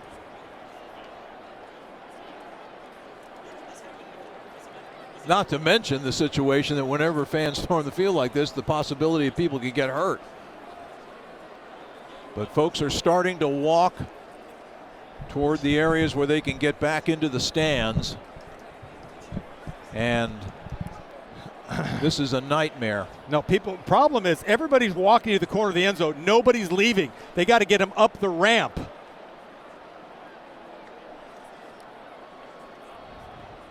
You watch. Everybody's going to look like they're leaving, and then it's going to be a bottleneck because nobody wants to leave. But, Jeff, while they do try to get these fans off the field, you really have to go back and look at the way the Sun Devils tried to use up the time in those last couple of plays. That was that 35-yard runaround by Sam that got us in trouble. And then when he threw the ball, it didn't get very far. It probably should have gone out the back of the end zone, but he threw it out to the right, so it went out of bounds on the 20-yard line. 7 seconds. I mean, people run a play all the time, throw a slant, and get it. 1 second left.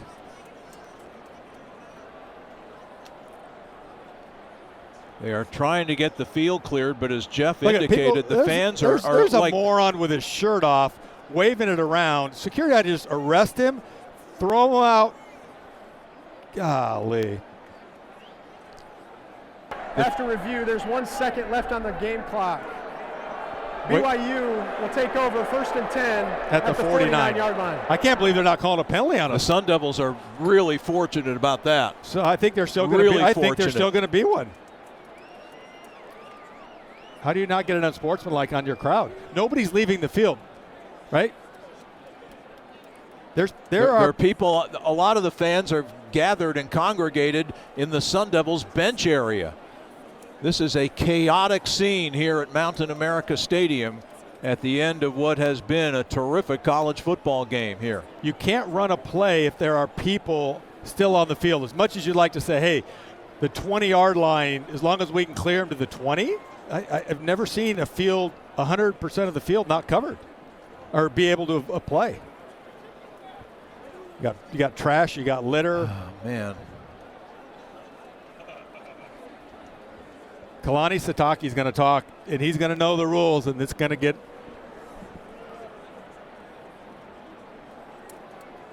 Kevin Turner, give us your vantage point here. Okay, first of all? Yeah, no, I'm in the scrum and trying to help with my my folder here to push people back. Graham Rossini's down here working crowd control as well.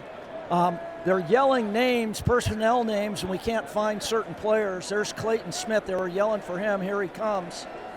And now I think they're looking for one more. And KT, as you can tell, I mean, the fans that have left the field are still gathered en masse along the near sideline, up and down the near sideline behind the Sun Devil bench.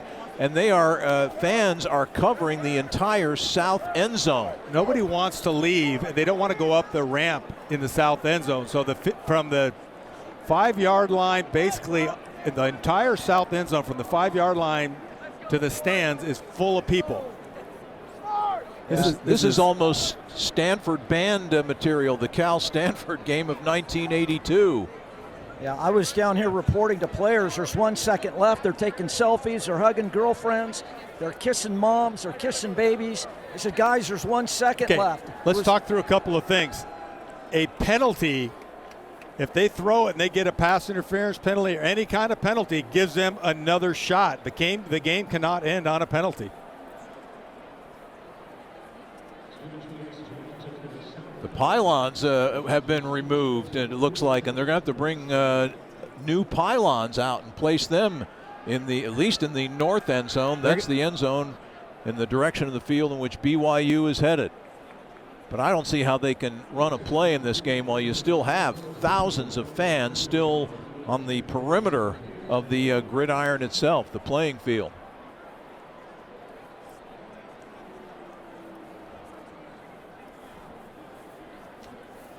Kevin Turner, how's this going to help your travel plans? Well, it's a good thing I rebooked my flight. I've got a 9 o'clock flight heading back to John Wayne, so I'm good. Oh, man. But this is, boy, you thought when Javan Robinson got that interception and took it all the way down to the 5-yard line that it would be easy for the Devils to pretty much run it out and win this thing there. But what happened? Remember the Utah game? BYU won at Utah. Yep. Controversial play. The Utah AD got fined by the Big 12 for his comments. Utah had the ball late in that game, trailing. I think it was 21-19 in favor of the Utes, and BYU had it 4th down at their own 1-yard line, and Jake Retzlaff threw an incomplete pass, and then the officials called defensive holding on the Utah defense. It was a good call, but it gave the the Cougars renewed life, and then all of a sudden, boom, boom, boom, Retzlaff completes a couple of passes, and before you know it, they're in position to line up to kick a 44-yard field goal at the end of the game. Will Farron made it, and BYU won their rivalry game over Utah 22-21. And boy, you have nightmares of something similar happening here, the way this thing has ensued and unfolded.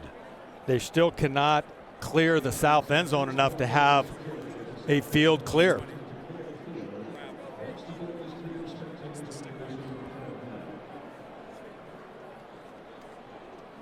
Kevin, you have an update for us? Yeah, I'm just looking at Sam Levitt. He's talking to the white hat. He's got the line judge, the side judge. He's the only player out there not over there. He was actually talking to the defensive coaches, and now Kenny's back over here talking to the white hat, looking for clarification. Yeah, Sam and Kenny are talking to the referee, Michael Vandervelde, out on the field, looking for some kind of clarification, and Kenny very animated in his discussion.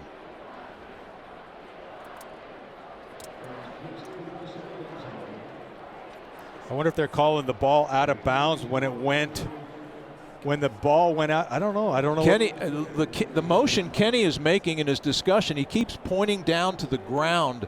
I wonder if he's trying to maintain that the clock should not stop until the ball, in other words, Sam Levitt's last pass, hits the ground instead of where it goes out of bounds.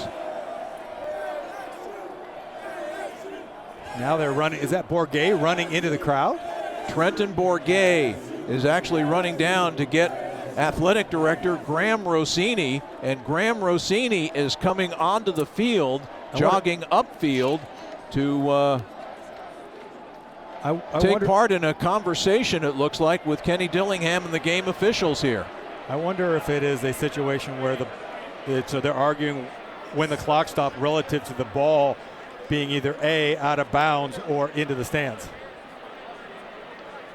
Kenny has been extremely animated / agitated in his conversations here. And I'll tell you, the officials have been fairly gracious because they you don't want a sportsmanlike or. Well, I've never had an ending like this, Tim, and we've done a lot of years together. I don't know where he put it. Yeah, this is an all-timer rapper for sure. And Kevin Turner, let's go down to you. Went into the scrum here. The official, the white hat, is explaining the ball went out of bounds. There was 1 second left on the clock. He said, Kenny, I'm telling you, there was 1 second left on the clock. He's clarifying that. But Kenny's saying he wanted it, but when it hit the stands, there was no time. So I think they're calling it when it went out of bounds. The ball right now is at the 49 of BYU, which was where the line of scrimmage was on the Sun Devils' 4th down play. A 4th and goal from the 49. Okay, and do not rough the passer, please. Right? Don't. If you get a chance to hit him with the ball in his hand, hit it. Otherwise, no self-inflicted wounds. Well, they have cleared the fans. They are lining the edges of the field pretty much all the way around except for the BYU bench area. I'd find number 5, right? Here we go. So this is going to be Hail Mary time.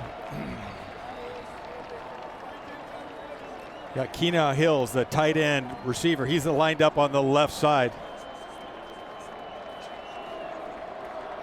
The Sun Devils have 12 men on the field. Now they realize that, and they get, I think it's Justin Watley to sprint off. So there will be one last play from the 49-yard line. The Sun Devils have 3 defenders in the end zone, 5 others lined up at the ASU 30. So here we go as Retzlaff will head back, steps up, scrambles, being chased, and he throws it upfield, up for grabs, and the ball is caught, but at the 2-yard line, or is it incomplete? I think Chase Roberts caught it, but short of the goal line, and now the fans can storm the field legitimately as this game is over and Arizona State wins one that no one in this building will ever forget. 28-23 over BYU. I think Chase Roberts caught that pass, but caught it at the 2-yard line and was tackled right there. And the Sun Devils will head to Tucson next week with a chance to play for a berth in the Big 12 championship game on December 7th in Arlington, Texas. Our final once again today, ASU 28, BYU 23, as we take a break on the Mountain America Credit Union Sun Devil Radio Network.